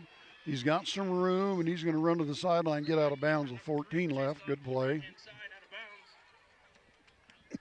Good defense by the Railers. Going to be second down and about 4. Third down and about 4, excuse me. Bronx really need to get this first down and get out of bounds. Itor's got the leg. The wind will be a little bit of a side wind. Side wind maybe blowing cat-a-corner from corner to corner, but Bronx need to get about, I'd say, they get 15 yards out of this and get out of bounds, they'd be in great shape. Yep. On the right hash, snap is low. Looking for somewhere to throw it, and he has a receiver, and it's caught in bounds. Is the clock going to stop? They stopped the clock. Did he get the first down? Because Lakin's got to get up, and they've got to clock this thing. Yep. Got the first down. Snap, and just throws her down. Okay. So we got time for one more play. 4 seconds to go. Does Lakin try the long field goal? And they're bringing Itor out. So let's do some math. Now we've got to do some math. The ball is at the 35-yard line. This will be a 52-yard field goal if he can hit it. A little bit of side wind, but it is blowing that direction from northeast to southwest. So now if he was kicking from this hash over here, maybe, but this is a long field goal attempt. Let's see if he can get her done. Kick is up, and nope. Not going to get it. I don't know if somebody got a hand on that. Looked like almost somebody got a hand on it. No, it was just short and high. But, okay. Hey, you know what? Good attempt. Why not? Well, that's your halftime now. The score is Lakin 10 and the Ellis Railers 0. Your second quarter brought to you by Farm Bureau Financial Services. Farmers, they're the lifeblood of America. The men and women who tackle the toughest jobs to put clothes on our backs and food on our tables. They might do it quietly, but their genuine values and tireless work ethic are an inspiration to us all. Some might say farming is a thankless occupation, so that's why we're taking the time to say thanks. Farm Bureau Financial Services, protecting what matters most. I'm Farm Bureau Agent Nikki Harris of Lakin, and I'm proud to support America's farmers. And thank you very much, Nikki Harris. Much approved. Halftime sponsors the agency of Lakin and Garden City. Some commercials make it really tempting to buy cheap insurance. That's great if price is the only thing that's important to you. The agency believes cost is important, but protection is what you're really paying for. Rely on the agency to build the policy that protects your property at a price you can afford. Call the agency today at 620-355-6789. Thank you very much, agency. Time now for your halftime thoughts and recap, brought to you by Lakin Recreation. The Lakin Recreation Commission has a full fitness room with 5 treadmills, tread climber, rowing machine, 3 elliptical fitness cross trainers, 2 stationary bikes, and strength training fitness equipment. You'll find just what you need for your own quality workout. The fitness room is open for the public's use free of charge during business hours. For use after business hours, Lakin Rec also has a keyless entry system available. The Lakin Rec Commission, always involved with the youth of Lakin, 702 North Campbell, Lakin, 355-7039. The benefits are endless. Well, it's time to take a look at those first half stats and take a look at what went on. And I thought it was a pretty good half for Lakin. Great half for the Bronx. Opening drive, got a field goal out of it. Yep. So they got points. They got stalled out at the 5, but the Curto field goal. Okay. And the Bronx were on the board. Second possession, they had to punt. Third possession, the 42-yard run by Servando. But the Bronx had some other opportunities. Their last 2 possessions in Ellis territory to end the first half, and they came up empty on both of them. Now they came up empty on the field goal attempt at the end of the half. But let me tell you something.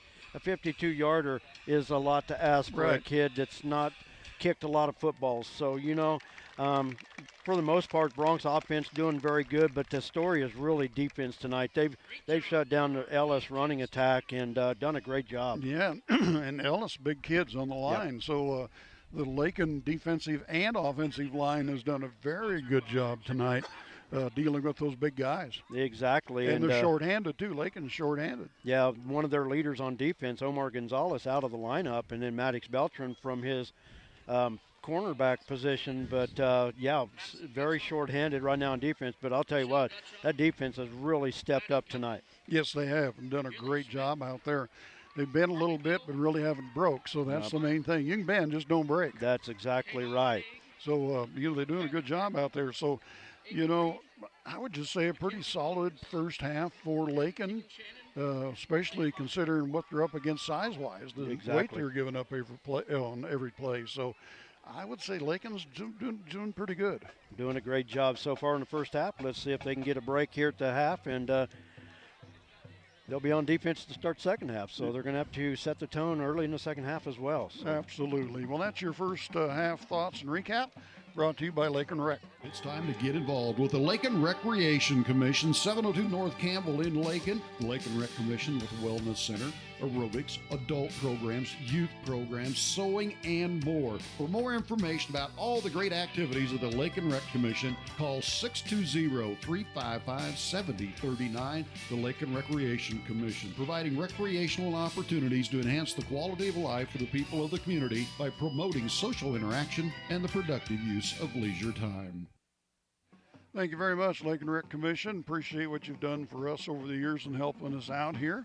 And we're waiting right now for your halftime interview, and that's brought to you by the Kearney County Community Development.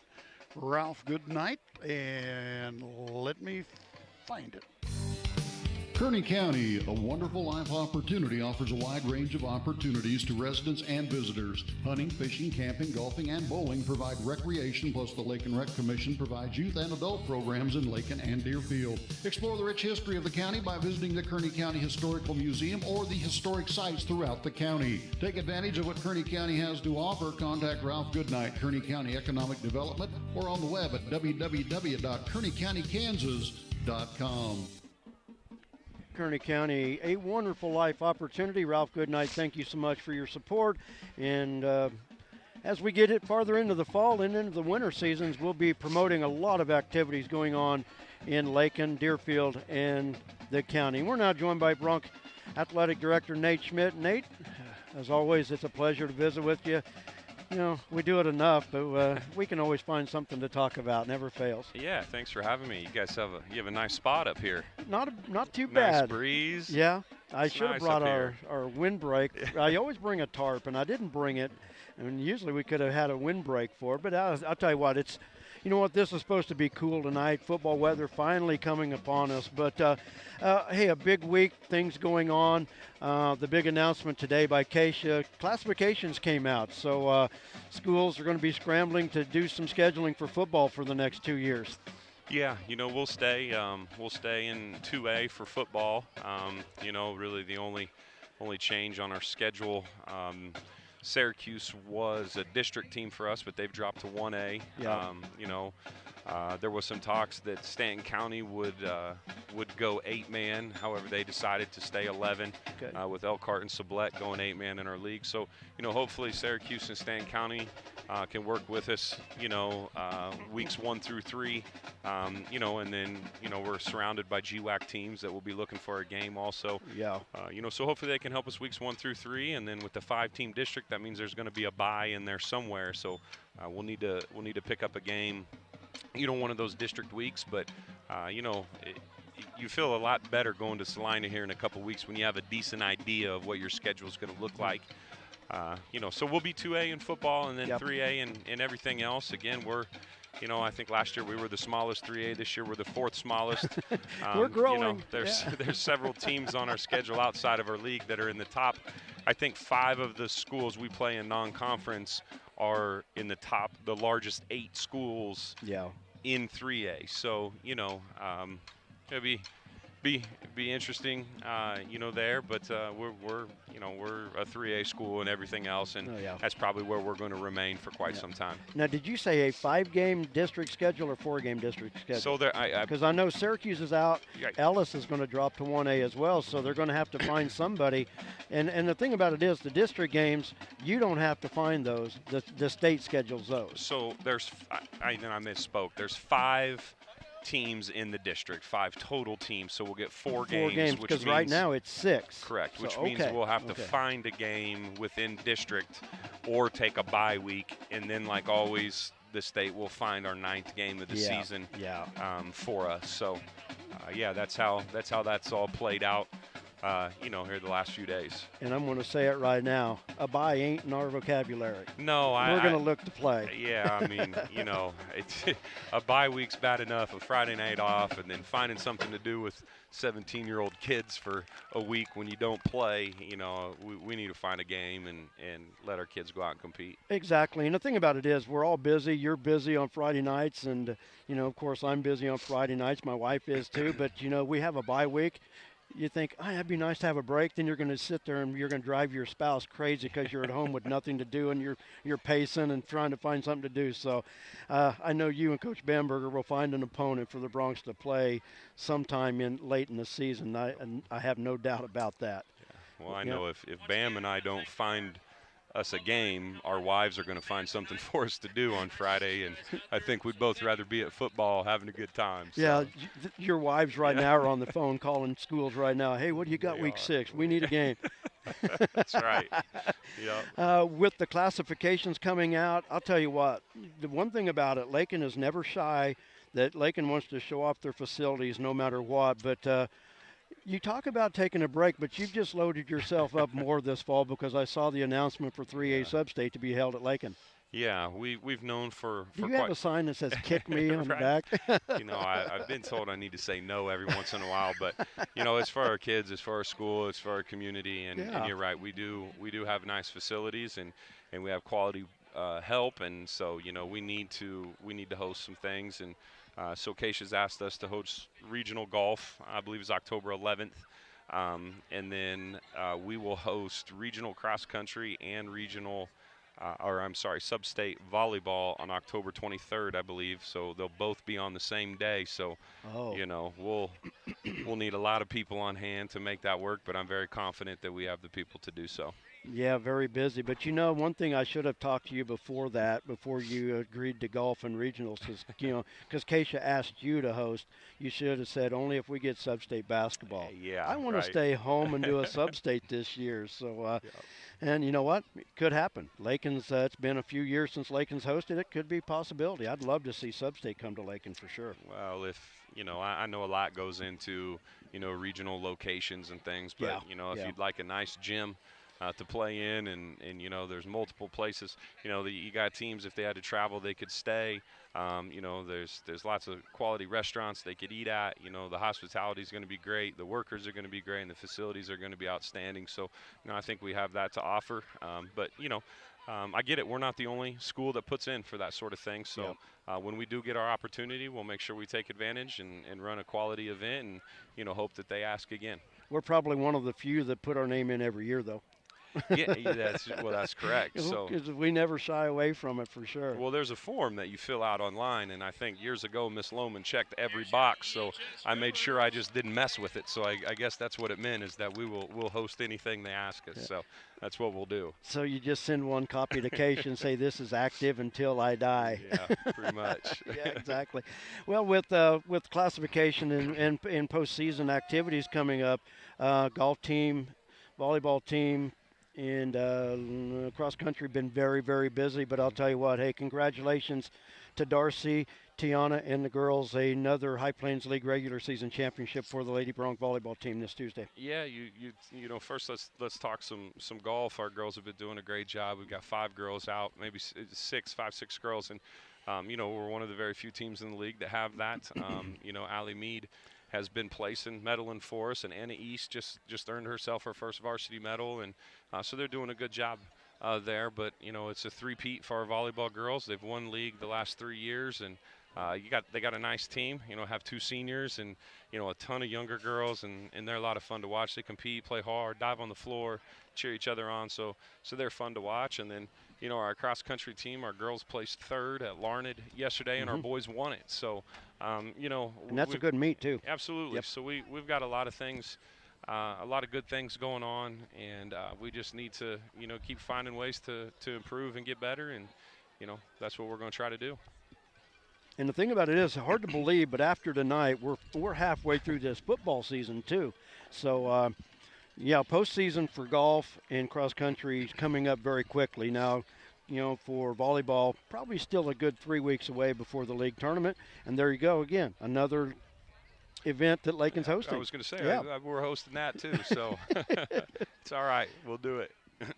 Exactly. So a lot of good things going on at Lakin's. So one thing about it, the fans don't have to travel, and they'll get an opportunity to come out and watch some great competition and watch these kids. I'll tell you what, I know I've been doing some rec football games, but I'd like to get out and watch a little bit of the girls' golf, and I would definitely like to watch some of the cross country, because I really don't know a lot about the cross country team.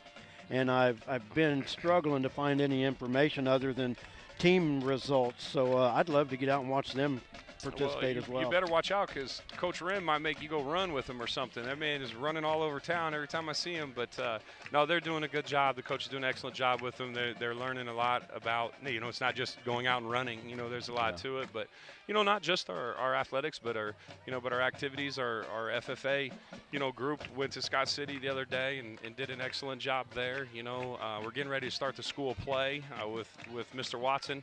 They've moved the date from November to senior because they're going to do an elf musical. So I'm pretty excited for that. I mean, I'm curious to see who's going to be the lead role in elf. So, and Scholars Bowl's getting ready to get started, and we got a group of kids as freshmen and 8th graders. They swept every Scholars Bowl meet, so I'm excited to get them in, and Mrs. Manley will do a good job with them. So not just sports, but activities as well. We've got a lot going on. There's a ton of activity sponsors and groups that are playing a huge role in homecoming next week too, and taking days and putting stuff on. And so overall team effort, athletics and activities. A lot of exciting things and a lot of things to keep the kids involved. You talk about the musical, that'll be in December because of Elf. Yeah. I can't wait to see it. That's one of my favorite Christmas shows that I watch, because, it's not a traditional Christmas show by any means, but it's so funny to watch it. I'm like you. I can't wait to see who gets the lead role for that one. Well, maybe you and I should go try out for it. Surely they got a role for us, right? We could play a role in Elf. Well, I could probably put on the pointy hat and pointy shoes and be an elf. You're a little bit big for an elf. Yeah. You could be Elf. You could be Will Ferrell. I had a feeling you were going to go there with that. So, yeah, I'll pass. I don't know about the tights. I don't know if I could do it. One of the famous lines from that, the cotton-headed ninny muggin. There you go. Yeah. Oh, yeah, I tell you. But, yeah, like you said, a lot of activities, a lot of events going on. And As Kim would say, it's a great day to be a Bronc because I tell you what, if kids are bored right now, it's their own fault because they're not involved enough. Yeah. You know? I think, we went through and unfortunately we haven't done this with activities yet. However, as far as athletics go, we have 46% of our student body in the fall are involved in a fall sport. We'd like to see that eventually get up over 50 and into the 60s. It's, would be second in our league right now. We have the most. I think there's 89 kids out for a fall sport right now. When we have 181-ish, I think, in our school, 184. So, we'd like to see that get up to 50 or 60. But, if you included, band and cheer and activities and things like that into those numbers, we're well up above, 60, 70% of our student body is getting involved right now. And that's great to see because, you're going to get they're going to have something to do, and based off of our data the last few years, the ones that are involved, their GPAs are higher and just academically, they're doing a much better job. Exactly. Well, the teams are on the field getting ready to go, and I have a feeling they're going to wipe out the remaining time on the clock. As always, Nate, thanks for coming up and visiting with me at halftime, and, we'll be back on the road in a couple of weeks. Come back and see me. Yeah, I knew we'd find something to talk about. We can talk about Elf for crying out loud. Exactly. We can talk about anything. We can talk about anything. You betcha. Thank you, Brett. Thanks, Coach. JD. Have a safe trip going back. We're getting set to start our second half, and looks like they're going to let the final minute 9 run off the clock. I don't know why they don't just take it to 0. I don't think we could get in trouble for it, but let's just wipe it out and let's go. Kids are ready, but they're going to count off this last minute. So, but always fun to talk to Nate, and I'll tell you what. Looks like they're going to stop it and reset it at 12. So we are going to reset it at 12, and we're getting set to go. Aitor Curto to kick off for the Broncs. 2 men back, Jimenez and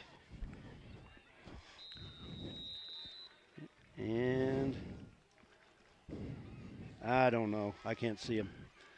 Jared Short Matter. kickoff. Taken at the 25-yard line. The Broncs swarming there. Colter Oldham's got a handful of jersey. Spun him around. The Broncs finally get him down. They'll say forward motion to the 27-yard line. And I didn't start the clock, so we'll run it down to 53. I think the ball came out, but Ellis does hold on to it. So 1st and 10 for the Railers at their 26-yard line. Just underway here in the second half. And your third quarter brought to you by Flashbacks Diner. Good place to eat. We'll catch up with them. Good place. Good chow place. Here they come over the ball on the left hash mark. Ball just their own 26-yard line. On the first down play, handoff left side into the pile. Not much there. At the line of scrimmage by Edgington. Edgington leading the way. Colter Oldham once again in the pile. Gottschalk maybe a short gain of about 2.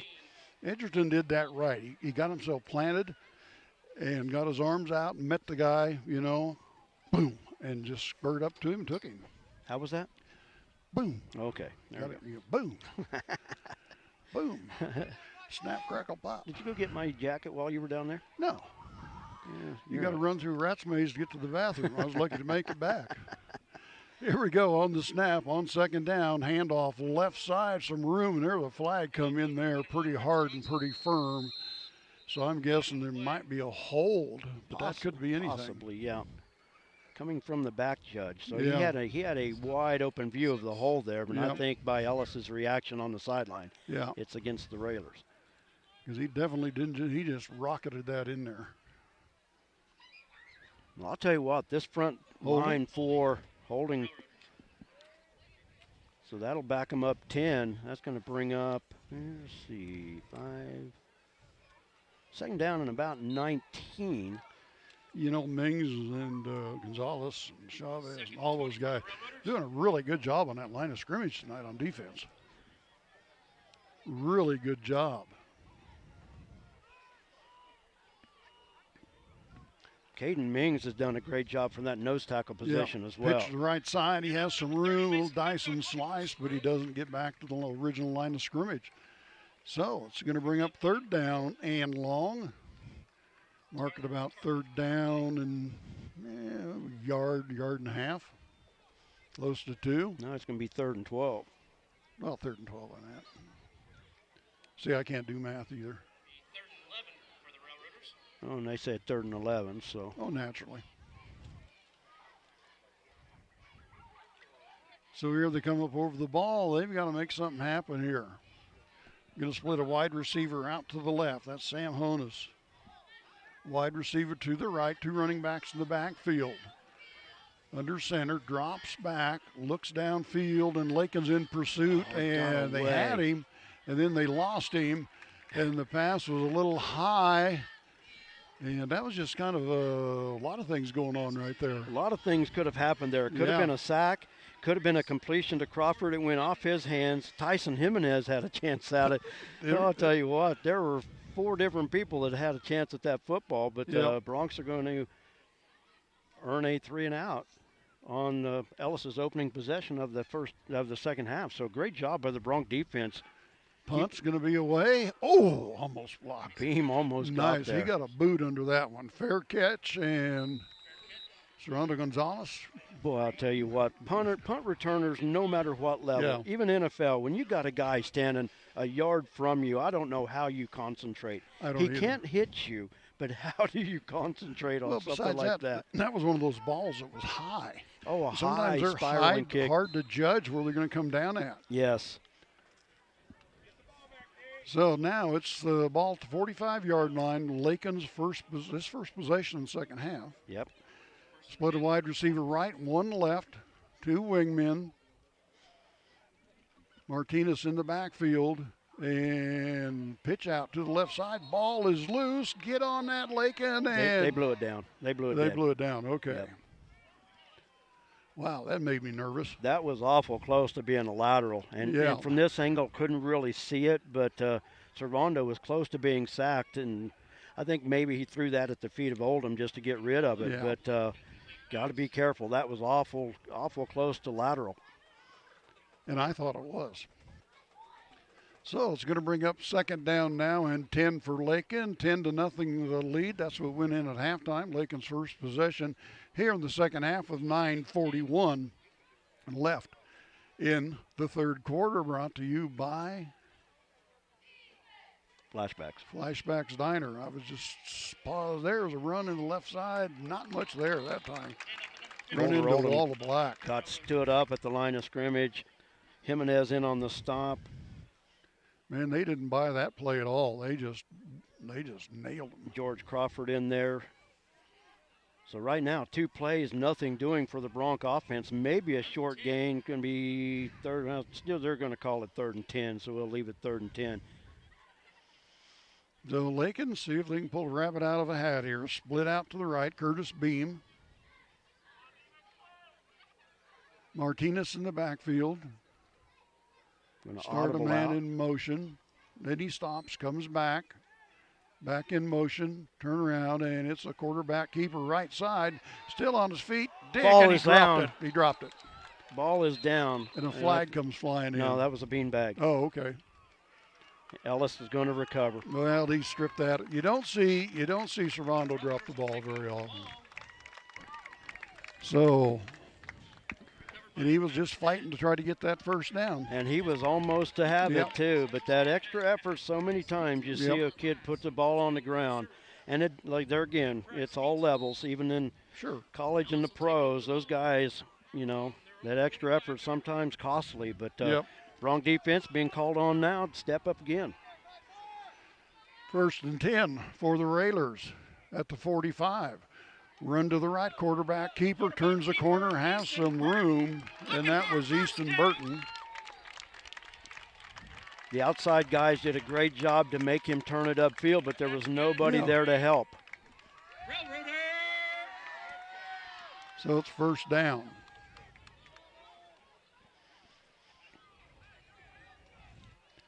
So they're going to bring the ball out past midfield down about the 41-yard line of Lakin over on the right hash mark, it looks like. So 8:30 left here in the third. Lakin's still ahead 10-0 like it was at halftime. Their first possession resulted in a fumble. Bronx have had 2 turnovers tonight. Yep. Here they come to the line of scrimmage. Quarterback is Burton, Easton Burton. So Burton waits for the snap. Jimenez taps him. And we've got something Delay of going game. on. Delay of game. Those are the kind of little pesky fouls or penalties that hurt a team. Exactly. You know, that doesn't sound like much, 5 yards, but when you're 1st and 10 and you get that 5-yard penalty, that hurts. You just had a great gain for the first down, and then you go and get a penalty like that, and now it's 1st and 15. So they're looking around, see what's going to go on. Easton Burton's a senior, quarterback, 5'9", 150, not a big kid. Back under center. Jimenez coming across. Hand to the I-back at the line of scrimmage and racked up. And who got a hold of him there? Draven Shavira at that time, right? Job. No, that was him. Yeah, that was Draven. Yep, that was him. Thought it was 58, but it's 56. 56, did a nice job there. I like the way these kids are tackling this year. You know, they're squaring up to the guy and tackling him. This is by far the best tackling by a Lakin defense so far this year. Yes. Last week against Goodland, not bad. It was a little suspect. Right. But tonight, yeah. Really squaring up and job. taking them. They're not biting on the fake. 2nd down and 15. Handoff right side, nowhere to go. One of Lakin's big guys just laid a shoulder to him. Calder Oldham leading the way. I think that's Draven once again. Yeah, that was Draven, laid a shoulder on him. Draven a little slow getting up, but he's back on his feet. But good job once again. Draven's a junior. Getting a chance to play tonight, doing a good job. Sometimes some of these kids don't play a lot, and they get their chance, they do pretty good. So it's 3rd down now and 15. I would say watch that 2 on a fly pattern. Waiting on the snap. Burton, snap, drops back. Lakin in pursuit, throws across the middle, and they got it to number 3, and he's got the 1st down. Crawford just George found Crawford. the seam up the middle and just stood there, just turned and stood there. But the quarterback, great job standing tall in the pocket because pressure was coming. So that's going to get the 1st and 10 for the Railers. And the ball spotted at the 28-yard line of Lakin. 28-yard line. Ball about in the middle of the field. Here come the Railers out over the ball. 5:58 left here in the third quarter. I'll get it right. 3rd quarter. Snap. Handoff running back in the backfield. Not much there at all. Gottschalk is going to fall forward for maybe a yard. So they're going to say no gain. Bring up 2nd down and 10. Actually, a gain of 1 if you look at the stakes across there, but you've got a pole in your way. So I got a pole in my way, yeah. Short gain of 1, 2nd down and 9, but the defense has given. They had a perfect opportunity on that 3rd and 15 and just opened up the middle seam. They're going to split twin receivers out to the left Now on the right they're hash spreading mark. them out Twins now. out to the right. They're going to spread this defense out. Lakin, quarterback keeper, tries to go somewhere, nowhere to go. So Burton tried to hang on to that, just didn't get much. Lakin didn't bite on it at all. They spread the defense out and thought maybe they could run a little bit off the left guard, and it just wasn't there.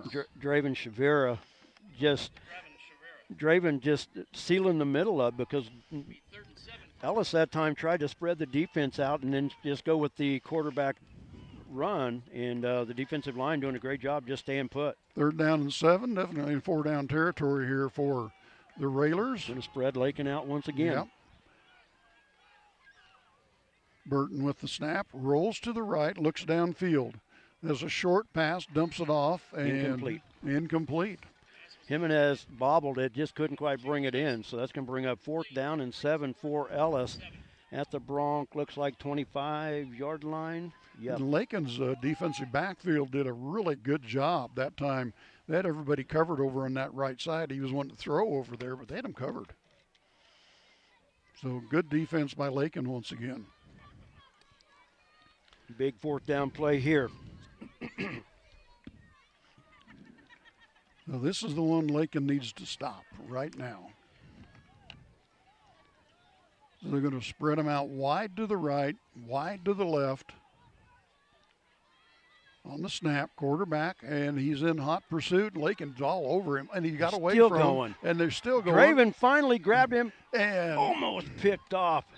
Draven didn't give up on that play. I'll tell you what, right there, if there are any young kids watching this game right now, that is why Draven Shavir is playing his double and triple effort, because he never got him on the first two, but he kept the pressure there and almost forced him into an interception, but the Bronx get it on downs anyway. And Draven had second and third effort there. You know, he didn't just the first time he missed him went, oh, I'm just going to quit on this. No. He just kept going after him. So that's a good sign of a young player right there. That, I'll tell you what, you've got to tip your hat at any effort like that, because he could have given up after the first miss, and he just kept going. Absolutely. So Lakin takes over 1st and 10. Flag in the air, Lakin off the left side, and where that flag came from is generally going to be against Lakin. Picked up a few yards. It's against Lakin.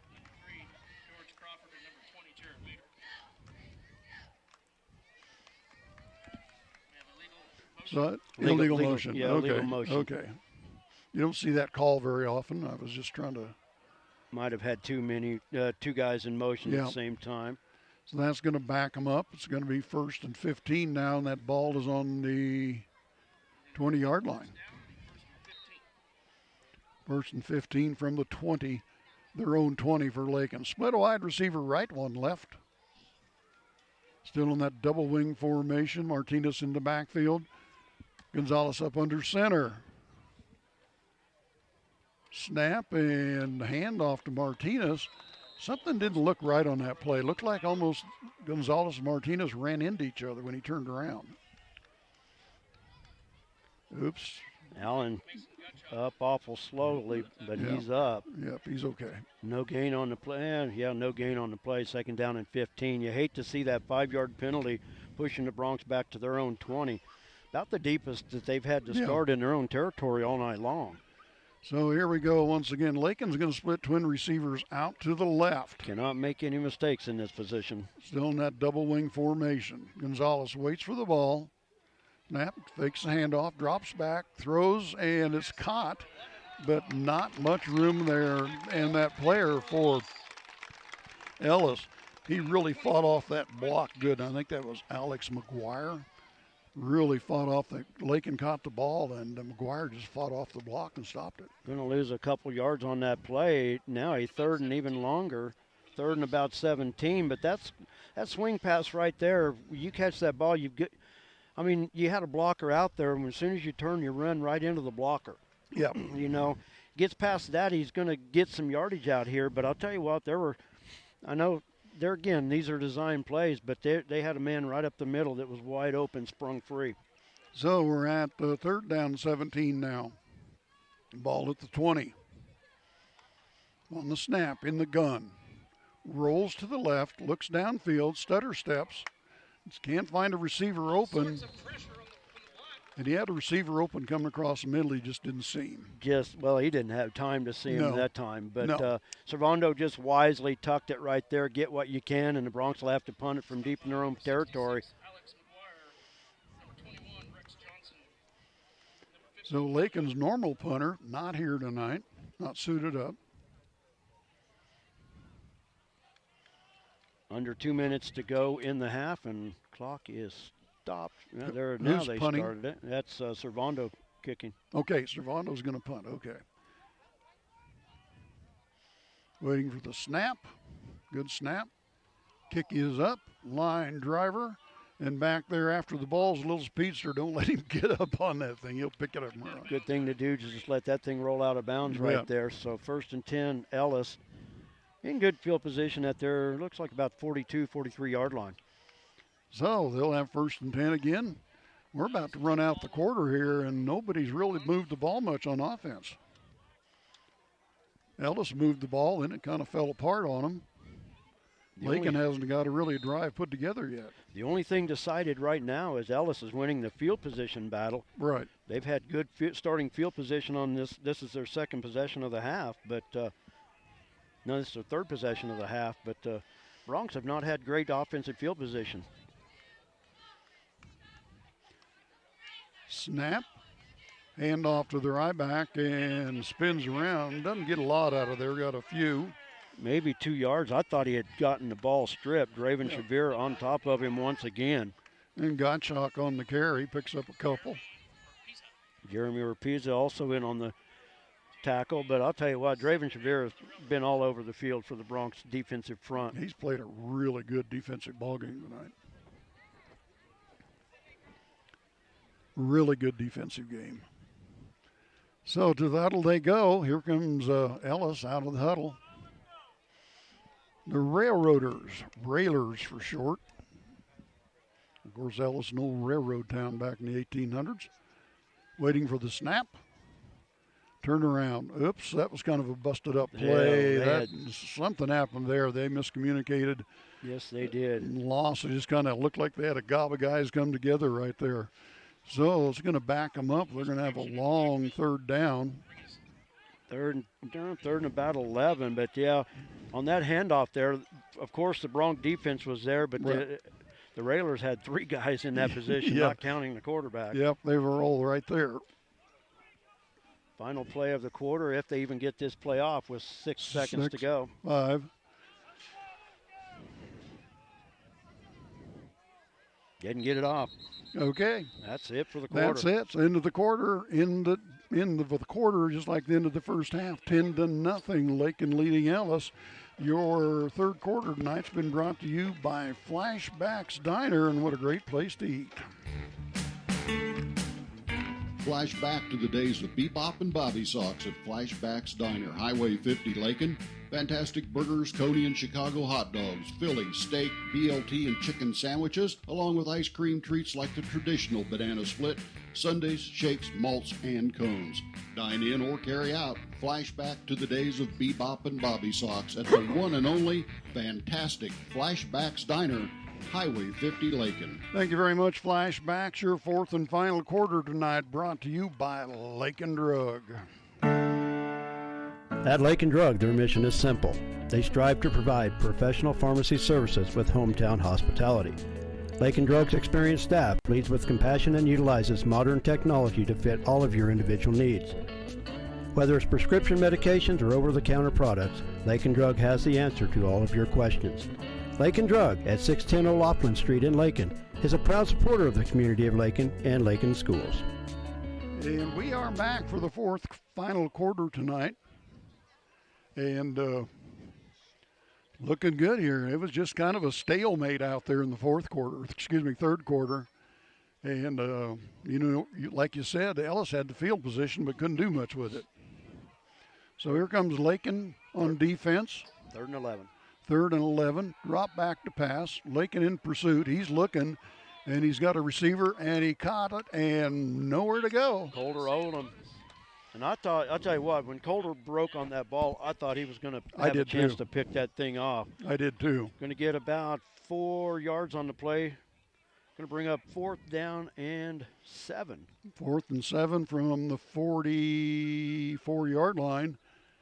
And are they going to punt it away? It looks like they're going to punt. Yep. Back to punt is Mason Gottschalk, the senior. I'll catch my clock up here, so we're not speed timing here. Servando Gonzalez back deep. Snap. Oh, high over his head. Go get it, going, Bronx. Guys. Go get it. And he just downs it right there. Oh, wow. Did. That was costly. Oh, that and you hurt. could see the Ellis coaches like, what are you doing? Oh, I mean, he fell on it. You give up the ball there, but you don't even give yourself a chance to try to get a few yards or anything because you're going to turn it over on downs no matter what. Yeah. But, my. Great starting field position. Two mistakes in one play. And looks like they're at the Ellis 13-yard line. Wow, what a break for Lakin. The Ellis 12-yard line. Wow. So here comes Lakin over the ball. Big opportunity here. Huge opportunity for the Bronx to maybe put this away. And I'm looking for Martinez here. Let's see what happens. Man in motion, turn around, handoff. Martinez off the right side. Not a lot there, maybe a yard or two. Nothing doing up the middle there, maybe a yard. But, you know, I don't have a problem with that play. Lakin has not had anything outside the tackles for good gains tonight. Alan Martinez is the workhorse. No gain on the play, 2nd and 10, and a timeout for an injury. Yeah, the Raiders have a man down on the field. And he's back up, but he's got to come out for a play. Yeah. He's got to come out. So they probably just got a stinger, aired a little bit. Okay, so they're going to bring him out. And here comes Lakin up over the ball. 2nd down and 10 still. Clock ticking down, just under 11 here in the 4th quarter. Lakin ahead by 10.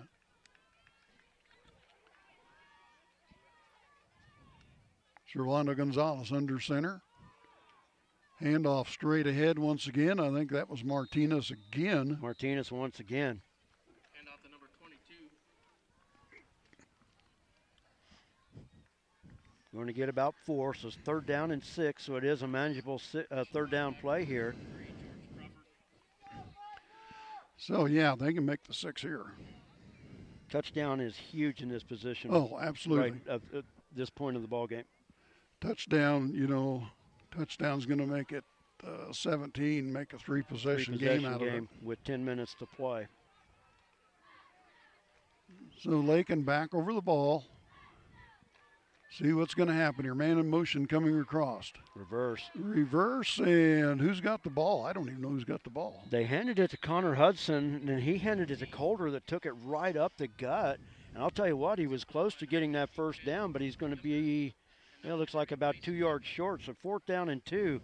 Big decision for the Bronx here. But you know what? I'm kind of a gambler. I say you go for it right here. But well, you're at a 2-possession game now, and you'll still be that with a field goal. Yeah, so Servando went and got the play. Here he comes, 4th down and 2. So we'll see what happens. And if they don't get it, they've got pinned them back. Raiders pinned back. So here we go on a 4th down and 2. Flag. Oh, no. And they were going to hold us. Illegal procedure. So yeah, going to bring up 4th and 7. That play was blown dead. Yep. Here's the kicker. So 4th down and 7 now. Gets the field goal. It's going to take 2 touchdowns. Okay, so, yeah, that touchdown would have been great. Okay, so 8. Okay, the clock is running at 8:23, 8:22. 9:20. Is it 9? Okay. 9, 18, 17. Man, my clock Snap, was ball way is up. down, kick is up, and I think it's good from here. It's good, too. And it is good. So another field goal. So good where job was the line tonight. of scrimmage there at the about the 10, 21. So a 27-yard field goal about. Yeah. So Lakin brings the score now 13-0. It's a 2-possession ball game. But that helps. That still helps. That is huge just to come up with points out of that. And of course you wanted the 6, but this is just kind of a slugfest out here the second half, I would say. It really has been. Just both teams just really playing their hearts out and playing hard. So we're waiting now for the kickoff. So 13-10. Only 3 points scored here in the second half by either team. A 3-possession game would be a lot better than a 2-possession right now. But I'll tell you what, the way this defense has been stepping up. Yep. Another stop here on this possession possibly, and, Lakin offense can burn some clock. And we got 2 receivers back deep. I'll tell you what, this Bronx defense has come to play tonight. Yeah, they've done a good job tonight. One of the best defensive efforts I've seen in a while. Just as far as overall team. You've got a couple leaders that are gone and the guys that have stepped up. And they've been a little bit, but they didn't break. So, they've just done a good job. And I'm really, really, really impressed out there tonight with Draven Chavez. What is it? Shavira. Really done a good job. Kick is up. And, he pooched it. Caught. And here they come right up the middle. There was a lane there for just a second. I went, So I don't know if he intentionally pooch kicked that or yeah, just he did. I could okay. tell by the way he stutter stepped as he approached the football that he was just going to pooch that one. So that's going to give the ball to Ellis on the 39-yard line. They're on 39 over on the left side of the field. Reset my clock here. So good starting position for Ellis at their 38-yard line. So here they come. Lakin defense buckling down. Snap. I can't see behind the pole. Drops back to pass. Throws it out over to the right, and it's caught. And guess who caught it? The Jackrabbit caught it. Jimenez with the catch. Wow. And he's going to have enough. He's still down. I'll tell you what. I don't know if he was down or he just rolled over the top of that defender. He may have, but they never blew the whistle, so he kept going. And now they're in Lakin territory at the 45. I think he rolled over the top of that defender and Very never well touched knee down. No, they're going to back it up the original spot. I thought maybe he didn't get a knee down. Well, in high school football, I don't think you can spin off the pile. Oh, okay. I don't think you can. So ball at the Lakin 46, just outside the 45. Here they come on the right hash mark. They're splitting receivers all over the place now, trying to get some offense going. There comes Lakin with their 4-down lineman in hot pursuit. Lakin in pursuit. Quarterback turns upfield, finds a slot. Still on his feet, still running down the sideline. Oh. Finally gets knocked out of bounds. Tarpley, nice hit on the sideline, but the official dropped the flag, so that's probably going to be a hit out of bounds. And I don't know. I can't tell if that could have been in bounds over there or not, but the flag came out immediately. I don't know if those cars are further off the. No, they're not that far off. They should back those up. No, that's pretty dangerous. It's going to be they're going to tack on 15 there, but I'll tell you what, those cars are within 5 yards of that sideline, and that is way too close. Yeah, they shouldn't be there. Way Absolutely too close. Should not be there. Absolutely not. So now the Railroaders, their deepest penetration in Bronx territory. Now they're at the Bronx 14-yard line. So let's see if Lakin can hold them down. They've just come right down the field on this Defense possession. definitely backed up now. Yeah. The ball's inside the 15-yard line of Lakin. 1st and 10. The Railers, handoff, second man through the line, and their flags come in. And that's generally going to be a hold. We'll see what happens You've here. got two flags in the same position, but Gottschalk was going to be down at around the 5-yard line, but I think they're going to back this one up. Holding, yep. So it's going to be 1st and 20 now. So a big penalty for the Bronx defense there. Yeah, because they had the ball. They ran that down to where about they were going to be about the 5-yard line. Yeah. Wow. And that's a big spot because now the spot was so it's going to be 21. That's 25. It's 1st and 20 from the 25. Yeah. But the original line of scrimmage was a 14, so it's going to be 1st and 21. I was just on the snap, pitched back to the right, coming around the corner, looking for some room. Lakin in pursuit.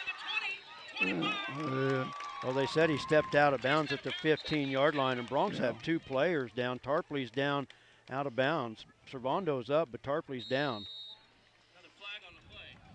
Another flag on the play. I'll tell you what, I'm having a hard time trying to keep this clock right now. Yeah, it's 18 left. 18? Yep. Is it 13? 18. We do have a player down on the field. Another flag on the play, and if it's from that spot of the foul, that's 10 more yards from there. That's really going to push them back to about their 40-yard line. So we'll wait and see. But never saw that flag. Tyler Tarpley down on the field for the Bronx. Wow. So more importantly, right now they'll take care of the injured player before we worry about any penalty call here. But yeah, got him rolled over on his back now, and he's talking to him. Let's hope nothing serious. Tyler, a couple of years ago, suffered a knee injury and was out for the season. And let's hope it's just some aches and pains here. We don't want to see anything serious for sure. Just a cramp or got a knee or something in a calf. And I'll tell you what, he's been a kid that's been all over the field. Yes, he has. You know, unfortunate, personal foul on that sideline, and I have no idea how close to that sideline it was. But I'll tell you what, he's been making plays. So he's down. They're still taking a look at him. So they're going to let the Broncs are going to go to the other sideline, maybe get a drink and take some time out here. Just stay away from the play for right now. But the flag is still on the field, so if it's 10 from that spot, that's going to move it back to about the 39-yard line. And Tyler up. That's good. He's going to need some assistance, but he is up on his feet, and that's very good to see. I mean, they'll help him across. Coach Pollard just puts an arm around him. He's going to carry him. So I hope he's okay. Nothing major there. Don't need that. Oh no, but I don't like the look of not putting any weight on it. But yeah. At least he is up. So. But this is a game. It's a rough game. There's no doubt about it. So now we're going to get dinged and bruised and hurt and everything else. I'm looking at the white hat now. I'm waiting to see what he's going to call here. Yeah. I don't think he's made the call yet. Here he goes. Holding against from Ellis. that spot. So it's going to move it back to the 39-yard line. The original line of scrimmage, that's going to be 1st and 35. These guys had a big chance to get right back in this ball game quick, and 2 big 10-yard penalties so far. Your fourth quarter brought to you by Lakin Drug. Thank you very much, Lakin Drug. Waiting on the snap out at the 40. Drops back, looks across. Oh, there we go. Lakin came blowing in there. Now lose 10 more on the sack. And who was that, 20? Jeremy Orpeza, number 21. Yep. And now it's going to be, let's see. Holy cow. That was 1st and 35. Now it's going to be 2nd down, 46. And that penalty, they would have had 1st and goal from the 5. Then they just got 3 penalties now back and clear up to there. Wow. 2nd and 46, I think. 45, they're saying on the scoreboard. 10, 20, 30. This is where you got to watch.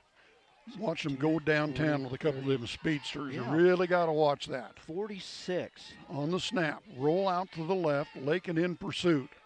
Quarterback turns the corner, still on his feet, and makes a juke move, and down he goes, but he's still going to be about got a good chunk of it back. Yeah. It's going to be 3rd down and about 20, but he got a good chunk of it back. And they've been successful running to that side. That was the quarterback. Yeah, quarterback keeper. That was Easton. Brought back to pass, but I don't know that there was ever any intent to probably throw that ball. I don't think there was either. I think they were just clearing out the defense and try to get around the end, get the linebackers and the secondary out of there, give them some room. So now we're at 3rd down and 23 according to the clock. The ball is at the 22-yard line, 23-yard line of Lakin. On the snap, this time he's going to roll right, and as Jimin is right there, and boy, I'll tell you what, that kid just knows how to spin. You hit him and he's spinning. Tyson Jimenez, you could hear that play. Yeah. Orpeza and Oldham there. He's just able to spin off of it. So now it's going to be 4th down and looks like 15. Boy, that Jimenez kid, I don't know if he's spinning before they hit him. It almost looks like he's spinning right when they're going to hit him. He took that one head on and just was able to bounce off those shoulder pads. I'll guarantee you, he's not going to spin and then take the hit and be able to spin off of that. Wow. But he did. He just faced up, and he's just doing a good job, and you just keep your legs going. So big 4th down play for Lakin here. This is huge for both teams. Pass to the end zone. He caught it.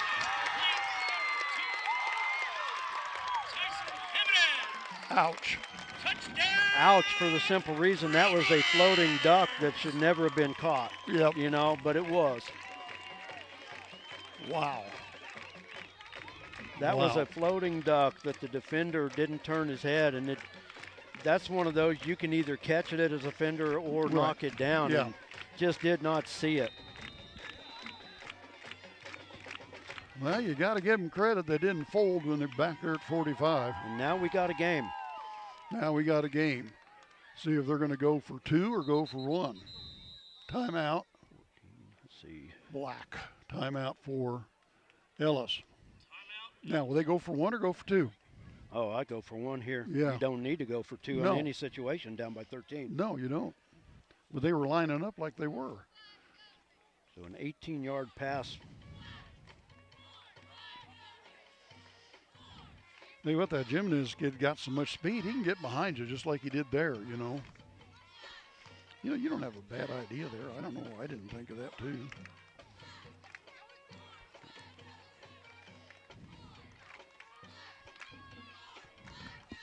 .547 remaining in the game. The first score of the contest for Ellis, an 18-yard pass from Honus to Jimenez. And wow. Ellis calling timeout there. Let's see, and I need to add timeouts. Trying to figure out what they're up to here. I think Ellis is down to 2 timeouts left. I'm not sure, but and they're going to looks like they're going to go for 2. So yep.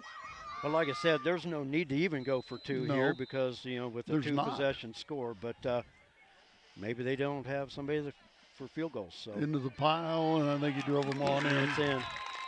2 points, so it's going to be 13-8, 5-point lead for Lakin with 5:47. Now Lakin needs to answer this comeback on a solid drive now. Just play that hard-nosed football that they're capable of and march this thing down the field, eat the clock up like they did against they're definitely going to have to piece some first. They're going to have to get some first downs going here because they've had 3 possessions in the second half and come up empty on both of them. And they've been in Ellis territory with those possessions, so they got a field goal early in the fourth quarter, but they've got to get some time run off and try to come away with a few points here. Even a field goal would put it as a 1-possession game, but they have to make the 2-point conversion and make an 8-point game. So Lakin really needs to step up on offense, no mistakes, and put a drive together. And do like they did the first half, just steady Freddie, just keep it going down the field. They haven't been able to do the second half. Somewhere along the line, Ellis has made some adjustments on defense. So this right now is anybody's game. Who wants it the worst? 5:47 left. Servando and Connor Hudson back to return this kick. So let's see who gets it. Servando closest to us back deep. I like the up back Salcido in the second lane. Yep. Young kid, but he's got some speed. They're looking for a pooch kick or an onside kick. Onside kick. Ball is gone. Hey, and he drops it. No, he didn't. Ball caused a fumble. I think the ground caused the fumble. No, he didn't have possession of it yet. He had it, and he almost made it through. Well, they got a flag on the play, though. Hold on. We've got a flag on the play. See what the call Lakin's is here. clapping, so Lakin might keep it. I don't know. I have no idea either. What a call for Ellis for an onside kick. Well, he did a great job on that onside kick. He had it bouncing, and it was going slow at an angle. Well, they're going to wave this flag off. Let's see what they're doing. What I was thinking. Oh, it was illegal touching Ellis, so it's going to be Lakin football right there. So they touched it before the 10 yards. Lakin gets a break there, so they're going to put it at the 49-yard line of Ellis.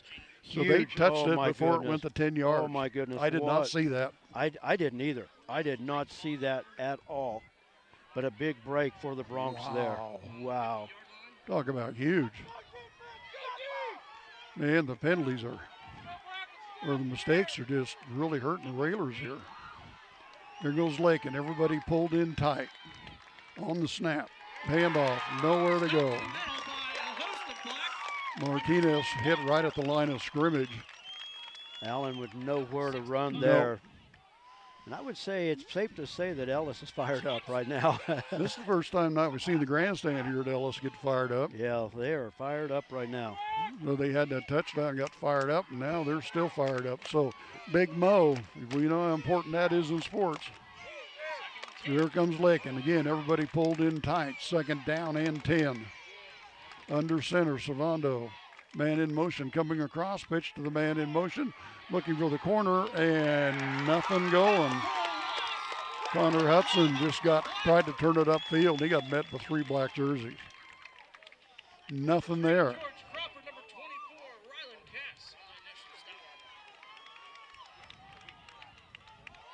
Like I said, Wow. Lakin has not gotten anything going laterally tonight. And that play not any different. Now the Bronx offense, the biggest play of the game, they need right here. 4.5 to play by the time they snap it. But, oh, and hey, good news, Tyler Tarpley's back in the ballgame. Wide split out this side. 3rd down and 11 for Lakin. Man in motion coming around. Fake the pitch. He's going to throw it. Throws it across the middle, and it's intercepted. And there's a flag. Pass interference. He Oh. went through Hudson. He knocked Hudson down, and I think that's going to be a pass interference. Boy, they just keep shooting themselves in the foot, don't they? Wow. Hudson went down, and here came the flag. So we'll wait and see. Now you're going to have to call this. He's right on the post, so I can't see it. I've got it. But I think that's going to be pass interference instead. So another big break for Lakin. We'll wait and see the white hat. Yeah. Pass interference. That'll be 1st and 10 for the Bronx. You hear the fans over here don't like that call very much. Well, you know what? We wouldn't like it if we were on the other end of it either. So it's going to be 15 yards from the line of scrimmage, but it'll be a 15-yard penalty stepped off. Wow. And it'll be a 1st down. So a big 1st down for the Bronx. 2 big plays on this drive. So. Wow. I'll tell you what, JD. And he did go through him. I seen him just go over his shoulder. We may have to fight to get out of here. We'll just wait till everybody's gone. we're in enemy territory here. We'll wait. Clock is rolling. 1st and 10 Lakin. Ellis does have 2 timeouts, I believe. 13-8. Lakin leads this. Start motion stop. Change the play. Back in motion. Handoff. Nope. Kept. Servando kept it around the end. Nothing doing. There. Going to be 2nd down and 9 maybe. Clock is running at 3:48. How many timeouts we got left? Ellis got 2 and Lakin 3. They got 2. So Lakin could get a 1st down on this set of downs here. Then they would have it'd start making them burn them timeouts. Yeah. So it is going to be now 2nd and 9. And this is where if I'm Servando, I go to the line and wait for that back judge to start counting down. Yeah. No, I can't see much there, so you're going to have to take this. Ball is loose on the ground. Servando fell on it. Wow, this is... So it's going to be 3rd down and 9. No gain on the play, so another big 3rd down play here. But the clock's going to be under 3 minutes right now. This is one of the more interesting halves I've seen for a while. The Raiders kept shooting themselves in the foot and got back to 45 yards to go. It ended up scoring, but it ate a lot of clock up. Yeah.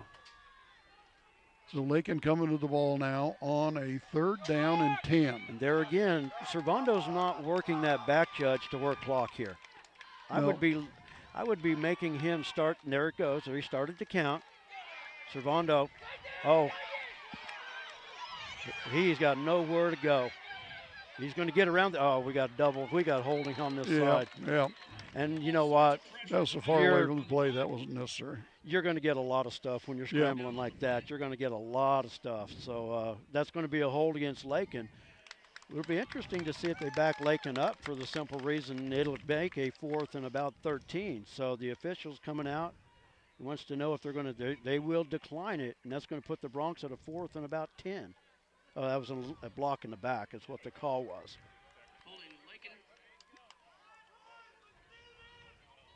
So 4th and about 11. Do they put him down in the corner, try to? We're going to find out. Servando's the punter, so we'll see what happens. He's standing back there like he's going to punt. I would. I think too. I would punt it be no question try with to me, pin but them I'm not deep. the coach. I'm not the coach. Now, okay. timeout. Ellis going to call timeout. The official had tried to get the clock rolling, but it's at 2:17, so I'll run it back up. We really haven't had a chance tonight to thank all of our sponsors here on LakinSports.com and Lakin Bronx Sports. Lakin Bronx Sports on YouTube, and we thank you very much for your support for this and throughout the football, basketball, volleyball, everything that goes on. Brett's done a great job with this. I think we said between audio when we started it, and this, 17 years now we've done this? 15th year of LakinSports.com. Right, 17 You and I have total. been doing it for parts of 17. Wow. Long time. It has been a long time. No wonder I'm having a hard time getting up and down bleachers. We were young men when we started this. I saw a picture of us about the second year we did it, and I went, boy, you two old goats aged. And not gracefully either. Well, I thought about posting it up and saying that's us at the game next time at Lakin. Looked pretty good for doing this that many years. Fourth down, Lakin will punt. Let's see. Servando's going to stand about midfield. Punt, kick, and it Just gets got it up. rid of it quick. That was good. And let it roll in the let end it zone. roll in the end zone. That was heads-up play by the Railers. So, Now LS first down from their 20 with 2:11 to play, and they have one timeout. And the Lakin defense, the game is in their hands. The game is in their hands, so let's see what they do. The Raiders got Mo on their side right now. Definitely have momentum going.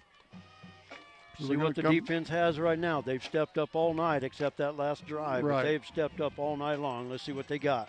So 4 down linemen for Lakin. Linemen are spread out. Linebacker coming across. Drop back to pass, and Lakin has him, Got and him. down he goes. There Ball you is go. loose. Did Lakin get it? I think Lakin's got it. Lakin is celebrating. Lakin's got it. Let's see who comes up with it. Oh, wow. Oh, 64. 64? I think is the number. That's Caden Mings. Caden Mings, I think, came up with that. Oh, wow. I think Draven Shavira got the strip. He was chasing. But Lakin now with first down and goal from about the Ellis 9-yard line. How many timeouts? Ellis got 1 left. Ellis according has to your- 1. I think Lakin's got all 3. There's the play of the night right there. Exactly. Oh, wow. They had that interference call, got the ball back, then wow, we didn't know what to expect. We were kind of expecting a tough ball game up here. Oh, exactly. Yeah. Quarterback, keeper, I Right think. up the middle. Right Alan up- Martinez right up the Oh, gut. that was Allen, okay. You know what? Lakin does not need to run anything but that. No. Don't have to get fancy here right now. So we Ellis got- with the timeout. You started saying a little bit ago, we thank all of our sponsors. We truly appreciate what you do to help us out, help Brett out. Next week, we're back home, right? I think we're back home. Second goal next from the 5, and we are back home, and it is homecoming next week. Oh. We'll go on the air a little bit early, probably around 6:15 with the pregame next Friday, because the homecoming festivities will start at 6:45. So homecoming week starts Sunday night at 6 o'clock with the homecoming parade. They'll start it at the High Plains Retirement Village and work it through town down Main Street.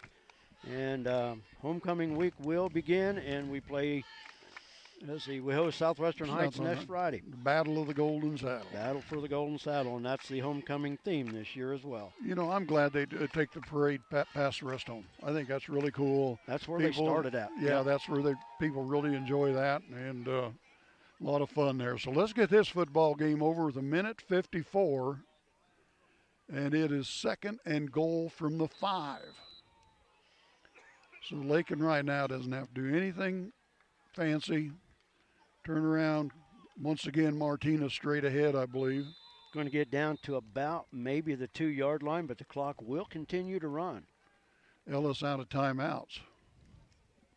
So 3rd and goal from about the 2-yard line for the Bronx. Yeah, if Lakin will get in and score a touchdown, the extra point going to put this game out of reach. Oh, touchdown puts this out of reach, no Yeah. doubt. There again, like I said, Lakin might not even want to settle for a field goal here, but a No. field goal still would make it a touchdown and a 2-point conversion game with under a minute to play. Waiting on the snap. There you go. Work that 1-10, back, Judge. 1-9. Turnaround flag. Oh, and Lakin jumped. Flag. Lakin jumped. My goodness. Oh, my goodness. Discipline, discipline, discipline. Still 3rd and goal, but now from the 7. Oh, my gosh. And that was touchdown. In some That ways, play this up the second middle, that half's was- been almost a comedy of errors. You know that? Nothing funny about it, but it's just Yeah, error after just error so after many, error. So both many teams. mistakes, yes. Yeah. So clock will run. So they start it after the penalty. So the clock, Lakin can actually burn another 25 seconds off of this thing. So really, I mean, you don't like the penalty, but it Right. gives the Bronx more time to run clock. Well, that's true. So 3rd down. So, you know, honestly, 3rd down and goal from the 7. they can burn this clock out. They won't even have to snap it because under 40 seconds, it's a 40-second clock. So the Bronx, all they got to do is We got a touchdown, just walked in. Alan Martinez Alan from 7 Martinez. yards out. Ball game over. 13 to, it's going to be 19 to 8. And get a conversion here. They're 11 points ahead now. And that's a good number, 11 points. Like I said, Lakin was not even going to have to. 11 points means it takes 2 touchdowns to beat them, and that's not going to happen in 36 seconds. Well, by the time they hit this extra point, it's going to be 12 and can't do it. Nope. But like I said, even if they didn't score there, that clock was going to run out, and it was going to be a ball. It was a win anyway. Wow, this is quite. I'm going to have to go back and watch this game again, but I can't. So kick is up, and it is good. So with 37 seconds left, Lakin finally puts them out of commission. 20 to 8, the lead. 36 seconds left in the ball game. That interference call. Well, you had 2 calls here. One touching the ball before it went 10 yards. An interference call. Those were huge. Yeah, you know? Huge plays that benefited Lakin, but.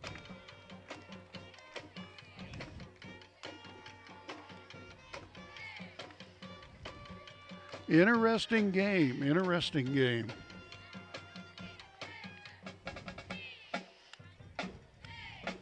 So 20 to 8. Wow. Man, this thing was swinging here in the 4th quarter. I mean, this thing could have gone either way there on that onside kick. Oh, just in the last 2 minutes, this is Just going crazy. either way. Exactly. Interesting game, to say the least. But I'll still tell you what, though, what a game by the Lakin defense. Yes, they did great. Tell you what, the only thing that's cold on me is it's damp and my hands are chilly. Yeah, mine I'm are. comfortable. Well, our ears are warm. Yeah, we got these built-in ear warmers. We could look like radar and stuff cotton up under there. Do they make a heated set of headsets? Do they make heated ones? I don't know. Not that we need it, but There's just a sky-high kick gonna drop in, and it's picked up by the railers, and down he goes. Number 21 was on the return. Yep. And I don't have any light here, so you got to count. Let's see, 31, 21. That's Rex Johnson. Right. And Beloit's got a player down. Beloit? Ellis. Oh my gosh, where in the heck? You always pick on me when I do say something silly. Where in the world did that come from? I've never heard that. Now it's red. It's orange and black. It's orange and black, but holy. You know, crap, I've never where'd heard the end of me having a guy on the 55-yard line. You were close to it today because you had us kicking on 3rd down too. You were back to Canadian rules football. Yeah, I was we were going to punting punt on 3rd down. So tell you the truth, I can't see over there. Oh yeah, I'll listen to you. No, I do. I got cataracts. They're going to have to operate on. Blind one eye, can't see out of the other. A good sports announcer. No, it's hard for me to see across there. Ellis will spread them out. Yeah, when I said Beloit, I just saw orange and black because that's what they are too. I know it. Yeah. I just had to bust you. I know. You have to get on the snap, they're going to roll out to the right. Lakin in pursuit. Just throws it out and incomplete. 26 seconds left. Going to be 2nd down and 10. Darian Edgington running down the quarterback. But I'll tell you what, this defensive line has just been it's just been lights out tonight.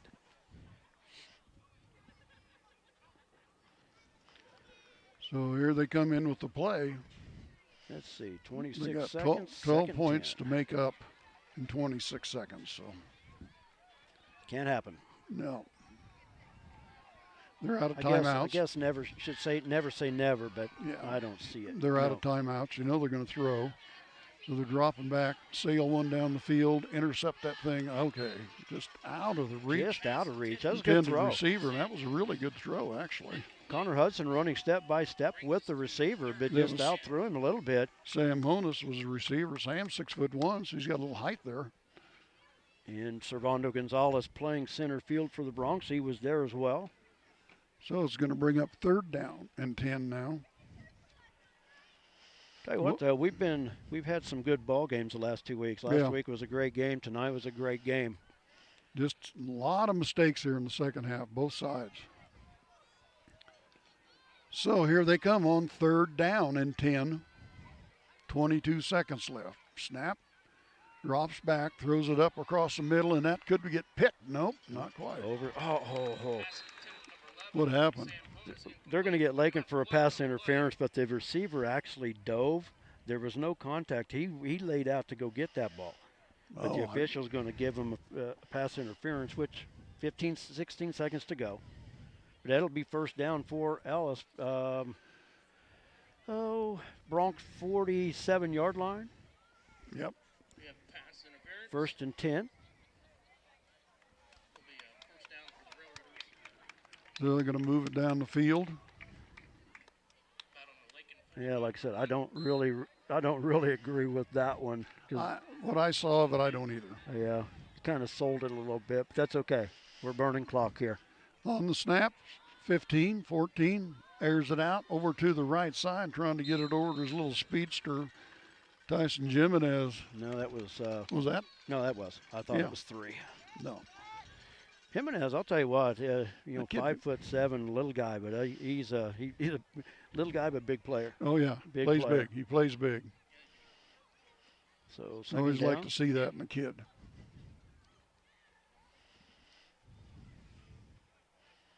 So we've got 11 seconds left, no timeouts. 2nd down and 10 for Ellis. Pretty much academic who's going to win this game right now, but Ellis sure would like to put another one in the end zone. More importantly, the 2nd win in a row for the Bronx. They're 1-0 in district play and 3-1 on the season. Yep. A lot of shuffling the players. Drop back, airs it out, going down the right sideline, and intercepted by Lakin. Oh, they said out of bounds. I'll tell you what, he did a good job. He went up to catch that football. He looked down to see if he could keep a foot in.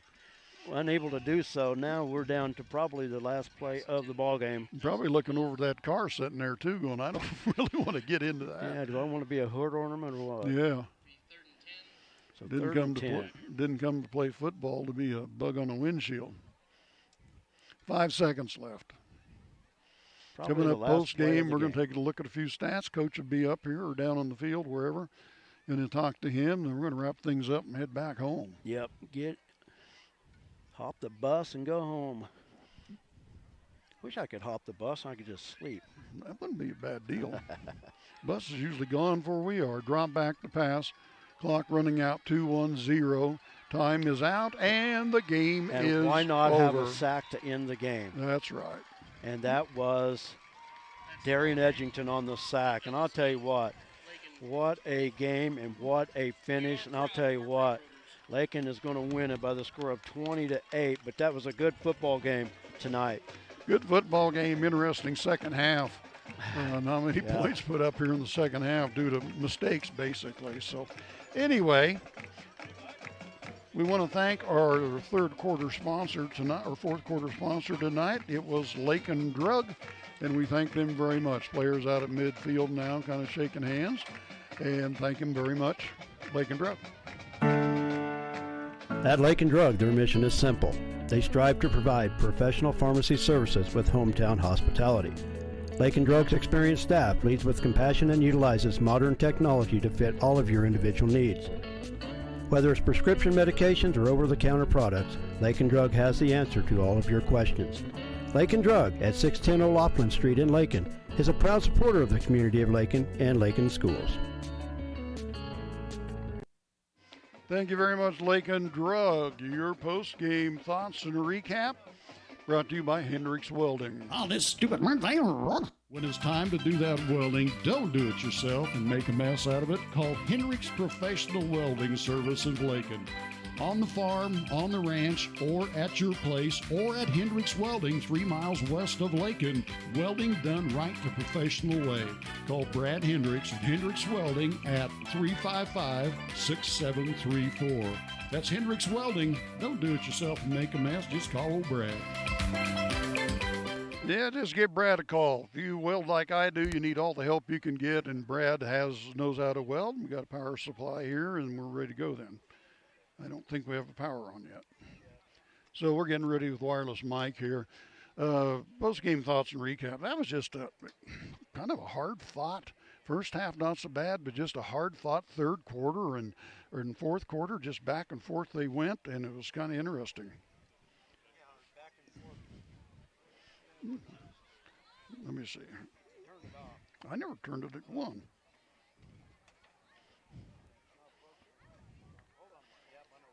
Okay. Trying to get the wireless mic going here. He was trying to blame me for it. Wasn't my fault. There you go. Well, you bellied it up. I thought maybe you hit the power button. No, but you saying I got a big belly? Well, it kind of runs with our production here. But, okay. Yeah, I tell you what, that second half, it's like neither team. Jared texted me, he said that was Draven on the last sack. So I thought it was Edgington. Darian Edgington, but it was Draven. But no, what a game tonight. And in that second half, we talked about the first half enough there at halftime, but that second half, neither team really could get anything going. But the one thing about it, after Beloit's long touchdown drive, the Bronx had them backed up 1st and 45 and still let them score on the drive. Probably right. The only lapse by the Bronx defense all night long. But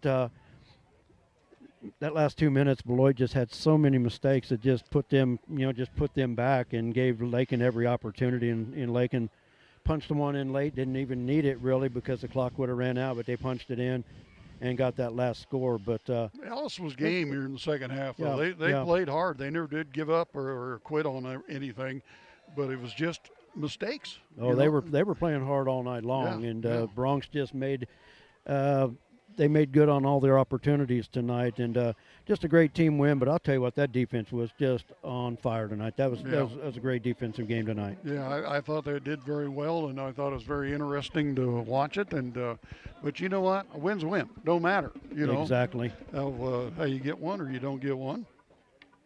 What are you waiting for? Oh, you waiting to plug the transmitter in? You need to plug transmitter in. Transmitter in right there. I'll have to talk to Coach here. We'll get this one unplugged and plug that other one. Tell you what, just everything that we got to do to make things work here. There we go. We never had it plugged in earlier. There we go. Let me turn it on. And the transmitter is up and running on 107.1 FM. Should be able to get us down on the field and on your receiver. So anyway, we talked about the post-game thoughts and recap. Just kind of a strange game in a lot of ways, and it's kind of interesting. Yeah, exactly. And you know what? If you're going to see a strange game like this, you might as well just go ahead and win it, right? Right. So you're going to go down and talk to the coach, and we're going to name the player of the game. I'll tell you what, if you can go to a break real quick, we'll talk about the player of the game. I've got one in mind, and we'll see if we agree. Okay, I got one in mind, too. So your post-game thoughts and recaps, there we go. Hendricks Welding. Oh, this stupid man. When it's time to do that welding, don't do it yourself and make a mess out of it. Call Hendricks Professional Welding Service in Lakin. On the farm, on the ranch, or at your place, or at Hendricks Welding 3 miles west of Lakin. Welding done right the professional way. Call Brad Hendricks at Hendricks Welding at 355-6734. That's Hendricks Welding. Don't do it yourself and make a mess. Just call old Brad. Yeah, just call Brad and he'll weld that thing up niftier than nifty. I guarantee you that. Next week, as we said, we'll be at home for homecoming. Southwestern Heights coming to town, and that'll be another district football game. So Lakin right now 1-0 in district. And Lakin's coach, I don't see him, but he's down on the sideline somewhere. Then we're going to name the player of the game, and that's from D-Bach Metals. So he's got the medal in his hand. He's heading down the grandstand. Oop, your camera just fell over. I think you got to tighten that one out in your hand. I think if you tighten that one up, maybe. I don't know which one you got to tighten up. Did that help? Yeah, that's one. Okay. Young lady over here never ran the camera before, and thank you very much for doing that tonight. What's your name? You want to repeat that? I'm deaf. Josiah Ortiz. Thank you very much, young lady. So Brett's down on the field. Let me turn some mics up here to make sure we can get him. And you got me? Yeah, I got you. Okay, I've been yelling at you for 10 minutes down here. I was trying to give credit to the camera lady. I know, but I've been yelling at you because I couldn't hear anything. Well, that's tough. Excuse me. Hey, we can. What? Well, I'll just come down. I don't even know where you're at. Where are you at? I'm here on the track. Coach was coming up, but Josiah's she's going to focus in on us down here. So okay, we'll just talk to the coach down here. And Coach, congratulations! I'll tell you what, we talked about how it is to come on the road, and with a couple key players gone tonight. But what a great game by the Broncs tonight. You know that you feel like this could be a little bit stacked against us tonight with the two starters down, a long road trip. They got some talented players out there, but you know what? We got in some tough situations, and I think I'm most proud of our kids, how they're starting to handle the adversity. We're not melting. We're handling it fairly well, I feel like, and just buckling down and playing. And we've got, again, we put the defense in a tough spot. We needed a big stop again on them, and they buckled down and got a good stop. And so that was really the difference in that late in that game, in my opinion. I feel like we got a good stop there and could punch in that last drive. Well, football is a game of making the most of your opportunities, and Lakin, with every opportunity they had, they made the most of it. Probably, maybe aside from that interception late in the first half, where Lakin was deep in Ellis territory, but Ellis gave the Broncs a lot of opportunities tonight, second chances, and the Broncs made good on just enough of them. Yeah, and that was, similar to the game plan that they come out and did was probably a little bit different than what we had seen on film. But I feel like defensive line did a good job. They were in that heavy, the pro formation a lot, double tight formation a lot. D-line did a really good job of handling the front, and our linebackers could scrape. They were letting the quarterback set his feet and throw the ball down the field. He was always looking around, and that was really handy for us in the back end because, like I said, that number 2 was speedy. Yeah. And number 3, he caught a couple of good balls late. So they had some guys out there that really could have done some damage if that quarterback had time to sit back there and throw the ball around. Well, the big story tonight, and I talked with JD all night about it, is just how the defense stepped up. Ellis, you could tell they're a good football team. They've just got some bad luck going their way, but they've got a lot of speed. They got a lot of size. But that Bronc front four was just unstoppable tonight. I don't know that I've seen a defense get after a quarterback like the Broncs did tonight. Yeah, and you know what? That's the difference for us tonight as far as, our guys in the coverage, probably got a lot of help from those guys up front. And obviously that's huge for us. That's huge for us in the back end. Well, I had a chance to talk to you last night, and you were a little bit not sure of what to think about this game tonight. You think you can crawl on that bus and kind of relax on the way home? I can't. I have a splitting headache right now from yelling the whole game. But definitely, we'll have a good 2.5 hours to relax until I can get home and try to wind down. And then obviously, you start gearing up for the following week. Always nice to have that road trip with a win under your belt. Last week, our player of the game was Alan Martinez. If you could pass that along to him. And our player of the game tonight was Draven Shavira. I thought in the middle of that defensive line, man, he was after the quarterback. He had one play in that second quarter.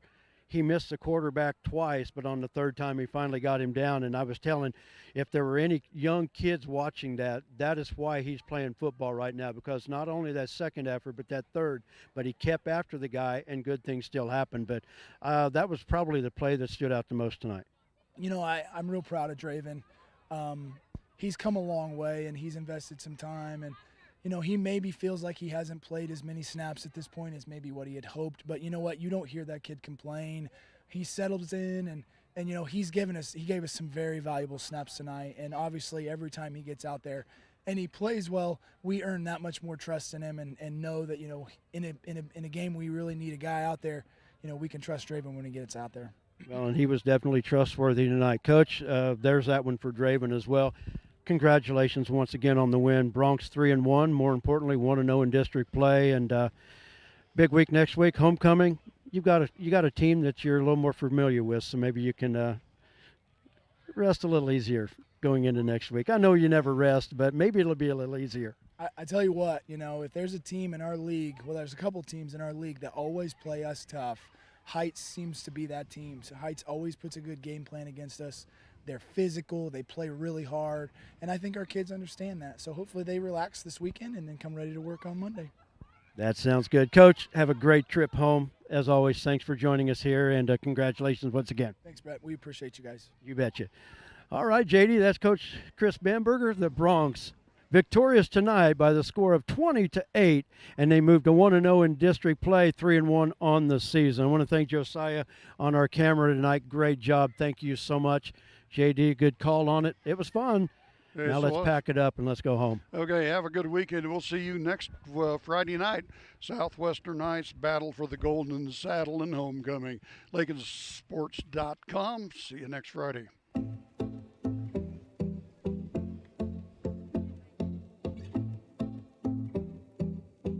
Lakin Sports has been bringing you Lakin High School sports on the internet for many years and is proud of sharing Lakin High School events with you. Without the great support of the businesses that sponsor Lakin Sports, this would have not been possible. A huge thank you goes out to the Lakin Recreation Commission, Pioneer Communications of Southwest Kansas, the Kearney County Community Development Ralph Goodnight, Hendricks Welding Brad Hendricks, Lakin Hay and the Lakin Dairy Fred Ritzema, and the Stampede, along with the Kearney County Bank and the Garden City State Bank, the Agency of Lakin and Garden City, Farm Bureau Financial Services of Lakin, Nikki Harris, Flashbacks Diner of Lakin, Lakin Drug, Shelter Insurance Gwen Wechter, and the Golden Plains Credit Union. Thank you, sponsors, and thank you for watching and making Lakin Sports such a huge success. LakinSports.com, the home of Lakin High School sports.